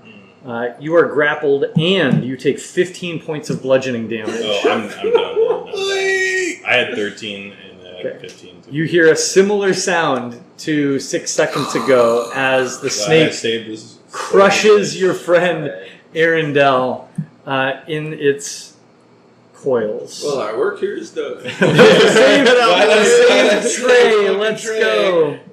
Good thing we didn't bring the girls on this cool guy's trip. If he messages us through our telepathic connection, can we say that? Like, I will let you arrive at the top of the next round of combat. Top of the third. Yeah. Duke, you're up. All right. Your friend is being crushed to death. I was about to say slowly crushed to death, but I don't think it's actually slowly. Is this snake looking at all like he's? It's all bloodied up. Ah, Yeah. we need to kill Jealous him. of bloody. contact. We need to kill him. Get him. Huh? You had some good damage. Come on, dude. Oh, yeah.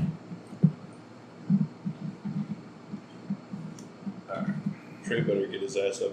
Yeah, like he's stable. Yeah. Shit. 6. All right, first psychic knife goes We got wide. advantage. Oh yeah, you do have advantage. Good That's call. true. Vex, baby. He's vexed.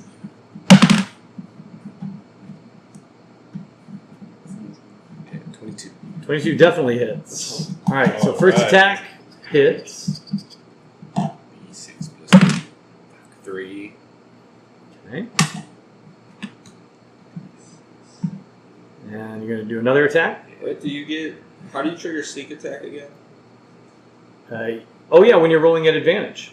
So you would get sneak attack on that one. Okay, Judd. Good So job. another Your level 3 sneak attack is, D. let's see, It says 2d6. 2d6. Ooh, okay. So does that mean D6 plus 2? no, that means you roll it You twice. roll it twice. 6. That's good. Roll again. Roll it again. 6. That's very good. All right, so another 12 damage. Shit. All right, you want to throw a second attack on him? Hell yeah. 6. That will miss. But A lot of the damage, though. the giant constrictor is looking really, really rough. That psychic knife plunged into the side of its jaw, and it looks disoriented and like it's in a little bit of a panic. We are at the top of round 3.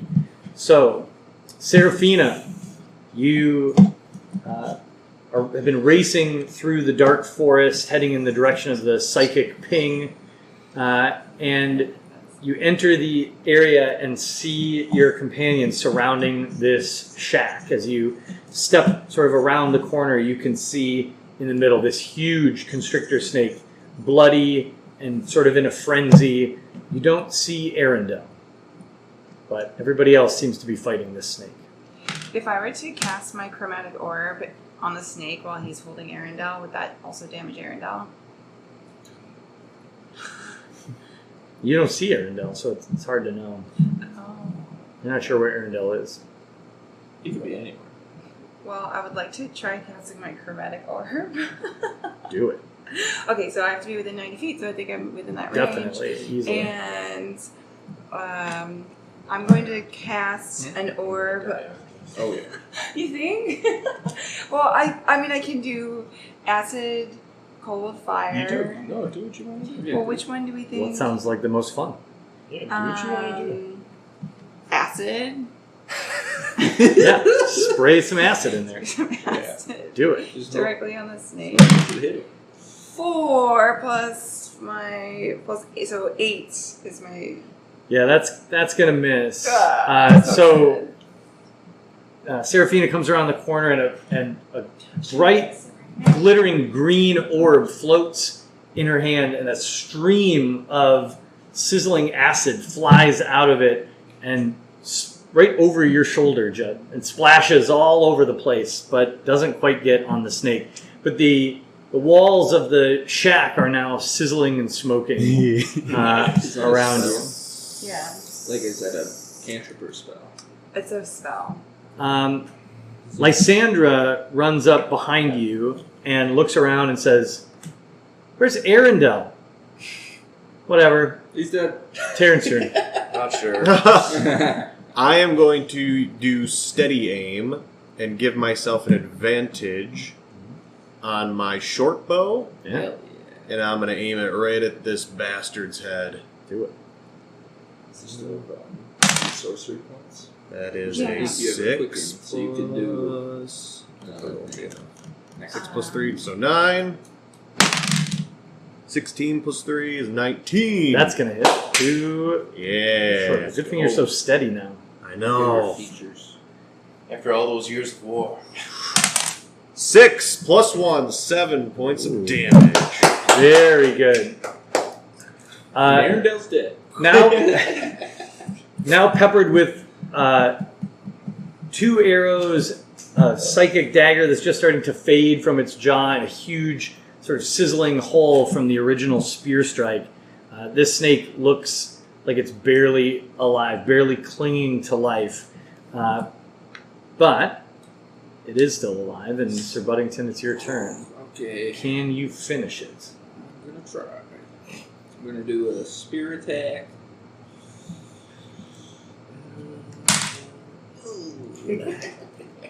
10. 10 is not going to hit the snake. Okay. Bonus action. It's because Taryn didn't help you this time. I thought about it, and I was like, can I do that?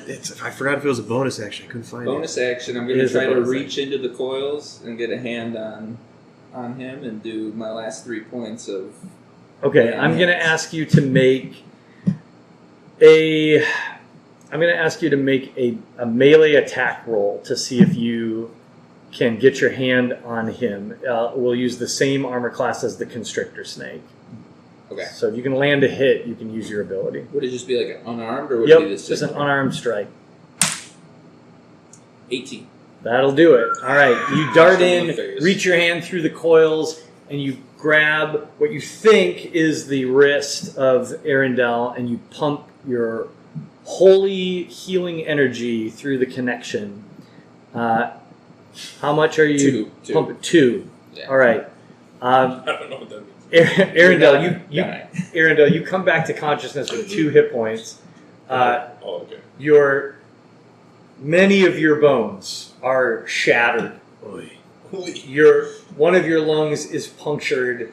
You have a gaping gut wound that you can feel something leaking out of, and you're in terrible pain. Tremendous. But you do wake up surrounded by these giant coils and feel a hand on your wrist as you take in a tiny shuddering breath. Your chest can barely move surrounded by these coils. You just go, and that's about all you can get. Fair enough.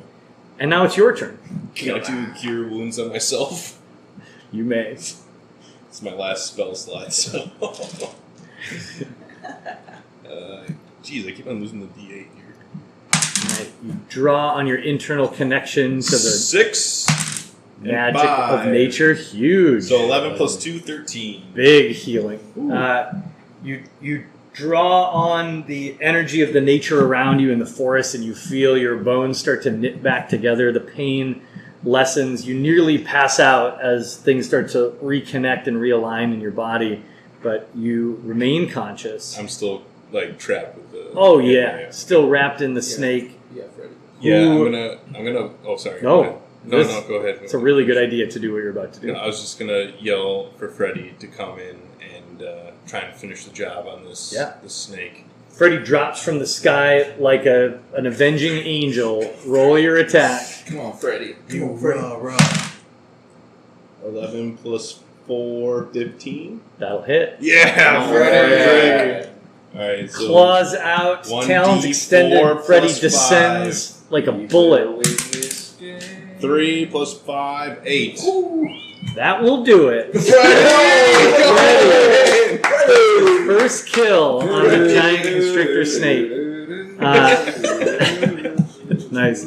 You feel the coils around you start to loosen as the snake twitches and then collapses into a heap of sinuous muscle, unmoving around you. Pull yourself up, kind of brush off some of the blood and gore, your own, and look at your friends.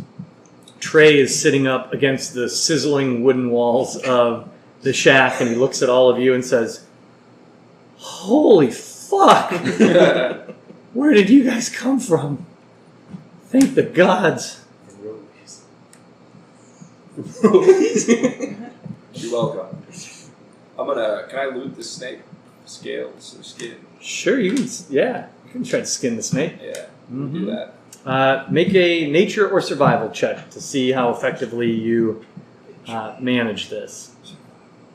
Okay, it's gonna be a nature check. 18. That's quite good. All right. It's messy work and it takes a while, but you do manage to remove most of the skin of this thing. And what comes away is it feels like pretty heavy-duty leather. I mean, it's not treated, obviously, but you feel confident that a skilled craftsperson could probably do something pretty cool with this. And there's a fair amount of it. Like, this is not, we could make boots out of this kind of thing. This is like, we could make a whole damn outfit out of this. Snakeskin suit. Yeah. Yeah. Start with shoes. So you roll it up. It's gonna need some cleaning and drying and stuff back at camp. But yeah, you can put that giant constrictor snake skin in your inventory. Take its head. What? Take its Take head. its head? Wow. The head is about this long. It's substantial. You can take a fang. The fangs are about the size of a dagger. If you're looking for a trophy, that's maybe a little more manageable. It's got a bunch of guts inside. If you want to like dig out some guts. Take a fang. All right. Very good. You help Trey get back to his feet. He's not a big fan of sitting to watch the bloody butchery that's happening here. Is excited to get back to camp, but eventually you all make your way back to camp. Sluice off some of the gore in a stream as you pass, and you manage to return to the thanks and praise of everybody else in the wagon train for saving their boy Trey. And you get a full night's rest, so you may all take a long rest before we wrap this session up. This takes you about a week into a roughly 2-week journey towards the swamps in the east, and the folks on the wagons are very grateful to have you along. You've made not only good personal connections, but they've come to trust you and are grateful for your help along the way. When we jump back in next time, we'll finish our journey to Shallowmere and pick up the adventure from there. Good job, everybody. Sweet. Awesome! Everybody lived. Do you have any idea what we took from the griffins? It's in our party inventory. Oh, we have the okay. feathers. Okay, so that party you kind of inventory. look Yeah, you get at. some 5 pin griffin feathers. Okay. I see. Making a feathers. cool 5 outfit. talents. Gotta keep killing these beasts for the Fed. Just the Red Dead specialty outfit. I gotta put some microtransactions in this game for you guys. Oh, you want to unlock that? Yeah, right. $5. 6 talents. Dang it, Trey. You just have grinding crafting supplies died in this for that game. guy. Could have gotten us Did you killed. add the snake skin? No, I didn't see it. Harold, you got your pencil in it? Yeah, add it to his. I just died for that guy. Pretty good, pretty good. Unbelievable. I gotta remember to tell him to thank Lathander. Yeah. I gotta, Snakes. Yeah, I gotta that's get some right. followers. That's It's time to start proselytizing. I know, I'm not doing it enough.